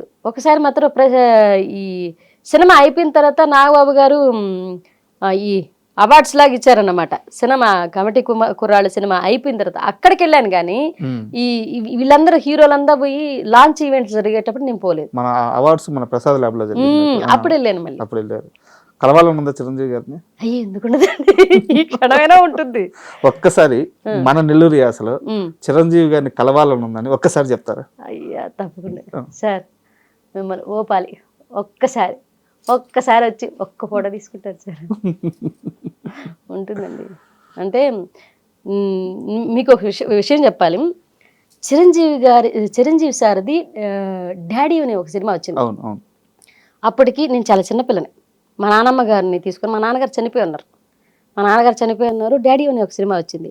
మేము తాళ్లపూడి నుంచి ముత్తుకూరులో సినిమా థియేటర్స్ ఆడేవి, వాణి హాలు ఇలా థియేటర్స్ ఉండేవి. ఆ థియేటర్కి ఈ సినిమా చూడడానికి తాళ్లపూడి నుంచి ముత్తుకూరు వరకు నడిచెళ్ళామండి మేము. నడిచెళ్ళి అంటే ఇంటి దగ్గర ఈ డబ్బులు ఖర్చు పెట్టేస్తే థియేటర్కి ఉండవని చెప్పి మా నాన్నమ్మ గారు తీసుకెళ్లారు. మా నాన్నమ్మ తీసుకెళ్తే బిలో మధ్య తరగతి, అప్పటికి చిరంజీవి సార్ అంటే రేంజ్ అభిమానం మామూలుగా కాదు. ఇప్పుడు ఇంకా నడుచుకొని వెళ్ళి మా నాన్నమ్మతో చిన్న పిల్లలం స్కూల్కి ఎగ్గొట్టి నడుచుకొని వెళ్ళి థియేటర్కి వెళ్ళి వాణి థియేటర్లో ఫస్ట్ సెకండ్ థర్డ్ బెంచ్లు ఉంటాయన్నమాట. నేను వెళ్ళి కింద నేల టికెట్లు తీసుకొని కింద కూర్చొని చూసామని డాడీ సినిమా. మీకు ఇంత అభిమానం ఉంది కాబట్టి సార్ గారిని వీడియో చూస్తే ఖచ్చితంగా పిలుస్తారు. తప్పకుండా నేల టికెట్లు కూర్చొని, మా నాన్న చచ్చిపోయిన సిచ్యువేషన్ కదా, ఆ డాడీ సినిమా చూసిన తర్వాత నేను ఏడుపు, మా నాన్న గుర్తుకొచ్చి ఏడ్చి మా నాన్న ఒళ్ళు పడుకొని మళ్ళీ ఇక సినిమా అయిపోయిన తర్వాత తెలియదు. అంటే నాకు ఉన్న ఆశ ఏంటంటే సౌందర్య గారిని కలవాలనుకున్నా నేను రాక్తరికి. భగవంతుడి దగ్గర అది అవ్వలేదు. నేను రాక్తరికి మేడం కాలం చేశారు. నాకు అదొక అసంతృప్తి అలా ఉండిపోయింది. ఇండస్ట్రీకి వచ్చాను, సౌందర్య గారితో ఒక ఫోటో ఫస్ట్లో అనుకునేదాన్ని, ఇండస్ట్రీకి రాకముందు అసలు సౌందర్య గారిని చూస్తానా, సౌందర్య గారు అంటే చాలా ఇష్టం, సౌందర్య గారిని చూస్తానా, సౌందర్య గారిని కలుస్తానా, నేను ఈవెంట్లు చేసుకునే అప్పుడు అనుకున్నాను. ఇండస్ట్రీ దాకా వచ్చిన తర్వాత అప్పటికే ఆవిడ చనిపోయారు. అరే నేను ఆ తర్వాత ఒక హీరోయిన్ కూడా ఇష్టపడలేదు అనమాట. అంటే నాకు ఒక రకమైన భయం వేసింది, మనం ఒకవేళ అభిమానించే వాళ్ళు చచ్చిపోతే అది ఇంత బాధ ఉంటుందా అనేసి తర్వాత నేను ఎవరిని అభిమానించలేదండి. హీరోల్ని ఎవరిని అభిమానించినా కానీ వాళ్ళని కలుద్దాం, చిరంజీవి సార్ని కలుద్దాము, ఒక ఫోటో నాకు రామ్ చరణ్ గారన్నా, అల్లు అర్జున్ గారన్నా, నా ఫేవరెట్ హీరో ప్రజెంట్ ఉన్న జనరేషన్ అయితే రామ్ చరణ్ గారు, మహేష్ గారు అంటే పిచ్చి. ఉమ్. మహేష్ గారు, రామ్ చరణ్ గారు, అల్లు అర్జున్ గారు బాగా ఇష్టం అన్నమాట. ఇంక చిరంజీవి గారు అంటే మా గురువు గారు అంటాను నేను. సార్ అంటే చాలా. అంటే ఇప్పుడు చేతిలో ఏ ప్రాజెక్ట్స్ ఉన్నాయి? ప్రజెంట్ వచ్చేసి నవీన్ పోలిశెట్టి గారితో ఒక సినిమా చేశానండి. ఓకే. రీసెంట్గా చేశాను. మిత్రమండలి అయిపోయిన తర్వాత కమిటీ కుర్రాళ్ళు, మిత్రమండలి, లైలా, కా మూవీ, వరుసగా ఇవి ఒక 2024లోనే ఒకే సంవత్సరంలో 6 సినిమాలు చేశానండి. 6 సినిమాలు చేశాను. ఆయన 1-2 రోజులు అయితే 6 సినిమాలు చేశాను. ఇయర్లో అయితే చాలా తక్కువ 2025లో. కానీ ఇయర్ ఎండింగ్కి వస్తున్న తర్వాత ఇప్పుడు సినిమాలు వస్తున్నాయి. నిన్న కూడా ఒక సినిమా ఆఫర్ వచ్చింది. రీసెంట్గా ఐశ్వర్య రాజేష్ గారు వస్తున్నారు కదా, ఆవిడ సినిమా ఒకటి స్టార్ట్ అవుతుంది. నిన్న వచ్చిన కాల్ అది. దాంట్లో 12 రోజులు అడుగున్నారండి. నెక్స్ట్ మంత్ డేట్లు కూడా చెప్పున్నారు. అదొకటి ఉంది. ఆ తర్వాత ఒడిశాలో ఒక మూవీ, ఒడిశాలో షూటింగ్ అంట, అది 5 రోజులు, అది చెప్పున్నారు. దానికి దీనికి క్లాష్ అయితే అదన్నా ఒప్పుకుంటా, ఇదన్నా ఒప్పుకుంటా. ఇంకా డేట్లు next month shooting. And serials ఉన్నాయి చేతిలో? సీరియల్స్ ప్రజెంట్ అయితే ఏం చేయట్లేదండి. సీరియల్స్ ఎందుకు చేయట్లేదంటే, ఒకసారి నేను పొరపాటుగా 2 సీరియల్స్ ఒకేసారి ఒప్పేసుకున్నాను. ఆ 2 సీరియల్ డేట్లు ఉన్నప్పుడే సినిమా చెప్పేవాళ్ళు అనమాట. ఒక సీరియల్ నడుస్తోంది, ఏముండో శ్రీమతి గారు అనేసి జెమినీలో ఒక సీరియల్ నడిచేది. అది ప్రభాకర్ అన్నాడు ప్రొడక్షన్. ప్రభాకర్ అన్న చాలా అమ్మ చెల్లి అని చెప్పి చాలా అభిమానిస్తారండి. పిలిచి మరి నాకు స్టార్ మాలో ఒక సీరియల్ నడిచేదండి. ఏం సీరియల్ అబ్బా అది, నాకు పేరు గుర్తు రావట్లేదు. ఆయన వైఫ్ క్యారెక్టర్ చేశాను నేను. మా సుబ్బు గారికి ఫోన్ చేసి, మా సుబ్బు గారికి ఫోన్ చేసి, సుబ్రహ్మణ్యం అన్న నాకు నీరజమ్మ కావాలి, ఒక సీరియల్ మేము ఇద్దరం భార్య భర్తలుగా చేయబోతున్నాం. ఫస్ట్ హాఫ్లో మాత్రం ఒక వైఫ్ ఉంటుంది, నేను తమ్ముడి క్యారెక్టర్ చేయబోతున్నాను, డ్యూయల్ రోల్ అన్న, నాకు అతను కావాలి అని అంటే అన్నది ఖచ్చితంగా. మా ఆయనకి ఫోన్ చేసి తర్వాత నాకు ఫోన్ చేశారు, చెల్లెమ్మ నువ్వు చేస్తున్నారా నాతో అంటే, అన్నయ్య థ్యాంక్ యూ అన్న చేస్తానని చెప్పాను. ఎప్పుడు జీ తెలుగు కామెడీ క్లబ్ తర్వాత ఆ సీరియల్తోనే మాట్లాడడం గుర్తుపెట్టుకొని నా ఫోన్ నెంబర్ కనుక్కొని సీను అన్నకి చేసి, మళ్ళీ నాకు చేయకుండా సుబ్బు గారికి చేసి తర్వాత నాకు చేశారు. చెల్లెమ్మ మన ఇద్దరం చేస్తున్నారా అంటే, అన్నయ్య థ్యాంక్ యూ సో మచ్ గుర్తుపెట్టుకుని అంటే, జీ తెలుగు తర్వాత ఈ రోజేనమ్మా మళ్ళీ నాకు గుర్తుకొచ్చారు, నా మైండ్లోకి వచ్చారు. ఆ రెబల్ క్యారెక్టర్ ఒకటి ఉంది, నన్ను దబాయిస్తూ మమ్మల్ని కమాండ్ చేసే క్యారెక్టర్ ఒకటి నువ్వు చేయాలని అన్నారు. సరే సరే అని చెప్పి నేను చేసి, అది ప్రేరణ, బిగ్ బాస్ ప్రేరణకి అమ్మ క్యారెక్టర్ చేశాను అనమాట. ప్రసాద్ బెహ్రా మీకు ఇంత క్లోజ్ కదా, తన పైన ఆ లైంగిక ఆరోపణల కేసు రావడం, తన అరెస్ట్ అవ్వడం, ఆ పీరియడ్ లో మీకు ఎలా అనిపించింది? బాధేసిందండి. అంటే మీరు నమ్మారా? ఆమె కూడా నాకు తెలిసిన అమ్మాయి, నాకు తెలిసిన అమ్మాయి, ఈ అబ్బాయి నాకు తెలిసిన అమ్మాయి. ఆమెతో నేను మాట్లాడి అంటే వాళ్ళ వ్యక్తిగత జీవితాలు నేను ఇప్పుడు మీడియా ముందు కూడా మాట్లాడకూడదు, బట్ వాళ్ళిద్దరూ నాకు తెలుసు, ఇద్దరు నాకు తెలుసు. నేను ఆమెతో మాట్లాడాను అనమాట. కాదురా ఎప్పుడు ఆ రోజు నేను షూట్కి అసలు వెళ్ళలేదు, వాళ్ళిద్దరు గొడవ జరిగిన రోజు. నా పోర్షన్ అయిపోయింది అక్కడతోటి. ఆ సిరీస్లో నేను ఉన్నాను, ఆ ముందు సిరీస్లోనే ఆ సిరీస్లోనే నేను ఉన్నాను, నాది అయిపోయింది, నేను వచ్చేసాను. ముందు తర్వాత వాళ్ళు చెప్పాడు, ప్రసాద్ బెహ్రాకి తనకి హీరోయిన్కి గొడవ జరిగింది, ఆమె కేసు పెట్టింది. అదేంట్రా కేసు పెట్టడం? నేను వెంటనే అమ్మాయికి మెసేజ్ చేసి, కాల్ చేస్తే ఎత్తలే, మెసేజ్ చేశాను. అది కాదురా ఏం జరిగింది, నువ్వు కేసు పెట్టడం ఏంటంటే, నీకు సంబంధం లేని విషయం అక్క ఇది అని, నీకు సంబంధం లేని విషయం అని. మనకు ఏం జరుగుతుందో పడేదాన్ని నాకే తెలుస్తుంది అని అంట. మనోడు ఎడుంటే కదా. నాకు ఒకటే, వాడు షార్ట్ టెంపర్ తప్పితే, షార్ట్ టెంపర్ అదొక్కటే తప్పితే ఇమ్మీడియట్గా కోప్పడతాడు, ఇమ్మీడియట్గా మళ్ళీ తగ్గి మాట్లాడతాడు. ఎవరినైతే కోప్పడతాడో మళ్ళీ వాడికి క్షమాపణ చెప్తాడు. ఎవరినై వాడు స్ట్రగుల్లో ఉన్నప్పుడు, వాడు స్కిట్లు రాసేటప్పుడు ఎవరన్నా వచ్చి మాట్లాడుతాడే, జరగడే రాస్తుంటే ఏంటరా మీ గొడవ అంటాడు. వెంటనే రే రాస్తున్నారా ప్లీజ్ రాగండిరా ఇంట్లో అంటే. ఇప్పుడు అది తప్పితే వాడి దగ్గర చూసిన నెగిటివ్ పాయింట్ ఏం లేదండి. మీరు మాట్లాడారా తను స్టేషన్కి వెళ్ళిన సమయంలో, లేకపోతే తిరిగి వచ్చిన సమయంలో? నాకు ఇరుక్కుంది ఈ కేసు, నేను ఏం మాట్లాడాలా, నాకు ఏం మాట్లాడాలో అర్థం కాలే. ఫస్ట్ ఆఫ్ ఆల్ నేను పోలీస్ స్టేషన్ దాకా వెళ్ళాల. అప్పటికి 2 channels, TV channels, Sakshi and TV9 దగ్గర నుంచి నాకు 2 టీవీ ఛానల్స్ దగ్గర నుంచి కాల్ వచ్చింది. ప్రసాద్ బెహ్రా గారు పలానా లైంగిక కేసులో ఉన్నారు, మీరు వచ్చి ఏమన్నా మాట్లాడతారంటే, వాళ్ళ వ్యక్తిగత జీవితాలు, నేను వాళ్ళ కుటుంబ సభ్యులను, కో యాక్టర్ని, కాకపోతే వాళ్ళతో ర్యాపాజ్ నా షూటింగ్ వరకే ఉంది. అంతవరకు వచ్చి నేను అక్కడ ఛానల్లో కూర్చొని మాట్లాడడం అనేది ధర్మమే కాదు, వాళ్ళ కుటుంబ సభ్యురాలనే కాదు. అట్లనే వాళ్ళతో 24 hours ర్యాపాలో ఉన్నానా అంటే లేను, బెస్ట్ ఫ్రెండ్స్ నేను కదా, నేను ఒక యాక్టర్ని, నేను వచ్చి వాళ్ళ జీవితాల గురించి ఏం మాట్లాడడం ధర్మం ఉండేది. అందులో నాకు 2 ఆడపిల్లలు ఉన్నారు, ఇలాంటి వాటి విషయాలు నేనేం మాట్లాడతాను అని నేను మాట్లాడలా, పోలీస్ స్టేషన్ దాకా పోలే. ఆ తర్వాత ప్రసాద్ బెహ్రాతో నాకు ఏం మాట్లాడాలో అర్థం కాలేదండి. ఫస్ట్ ఆఫ్ ఆల్ నాకు నువ్వు పోయి అమ్మాయిని వేధించావా అని అడగలేము. నా తమ్ముడండి వాడు, నా తమ్ముడు. నేను ఏం పాయింట్ రేస్ చేసి మాట్లాడాలో నాకు ఒక రకమైన మొహమాటం అయిపోయింది వాడు మొహంలో చూసి. ఆ తర్వాత సిరీస్ స్టార్ట్ చేసాం. వచ్చిన వెంటనే సిరీస్ స్టార్ట్ చేశాడు మనశాంతిగా. నేను వెళ్ళినప్పుడు చాలా కూల్గా నార్మల్గా ఉంది తన ప్రవర్తన. నేను కూర్చొని నాకేం మాట్లాడాలో తెలియలేదురా అంటే వదిలేవే పర్లేదు. నీరజ గారు, ఫైనల్ క్వశ్చన్. మన నెల్లూరు అంటే ఫుడ్కి చాలా ఫేమస్. అవును. మన నెల్లూరు ఫుడ్ మీకు బాగా నచ్చే ఫుడ్ ఏంటి? నెల్లూరు ఫుడ్ అంటే నాకు అన్నీ నచ్చుతాయండి. పచ్చళ్ళు చాలా బాగా ఇష్టం, గోంగూర పచ్చళ్ళు, టమాటా. నెల్లూరులో దొరికినటువంటి కూరలు, నెల్లూరులో దొరికినటువంటి ఫుడ్ బయట ఎక్కడ దొరకదండి. నాకు నెల్లూరు కారం దోశలు చాలా ఇష్టం.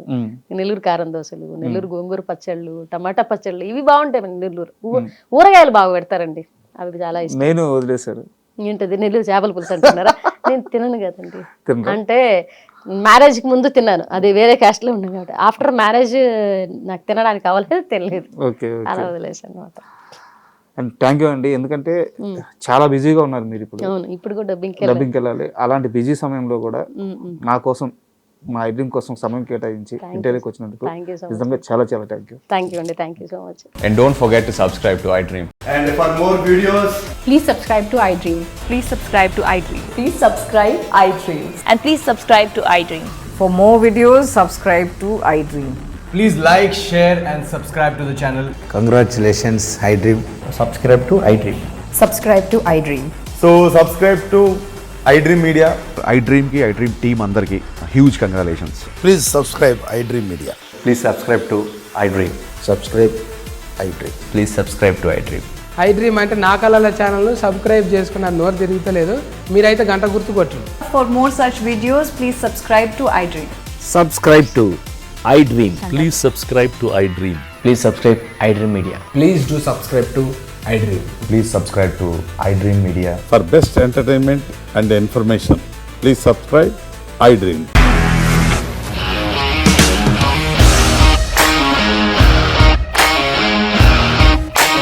ఇండస్ట్రీలో కమిట్మెంట్ ఇష్యూస్ వస్తే నీకు కూడా వచ్చినట్టు? మార్నింగ్ తీసుకెళ్ళాడంటే కొట్టి పడేశాడు.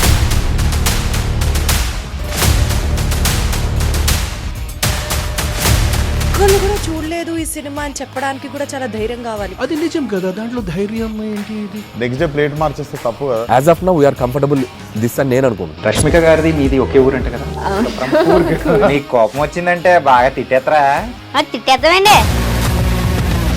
నిజంగా గేమ్ ని ఎలా చేంజ్ చేయగలిగారు? ఏపీఎస్ఎఫ్సి వాళ్ళకి 6 నెలల్లో నేను 6 లక్షలు కట్టా. బిజినెస్ చేయాలనుకుంటే it is as difficult as riding a tiger.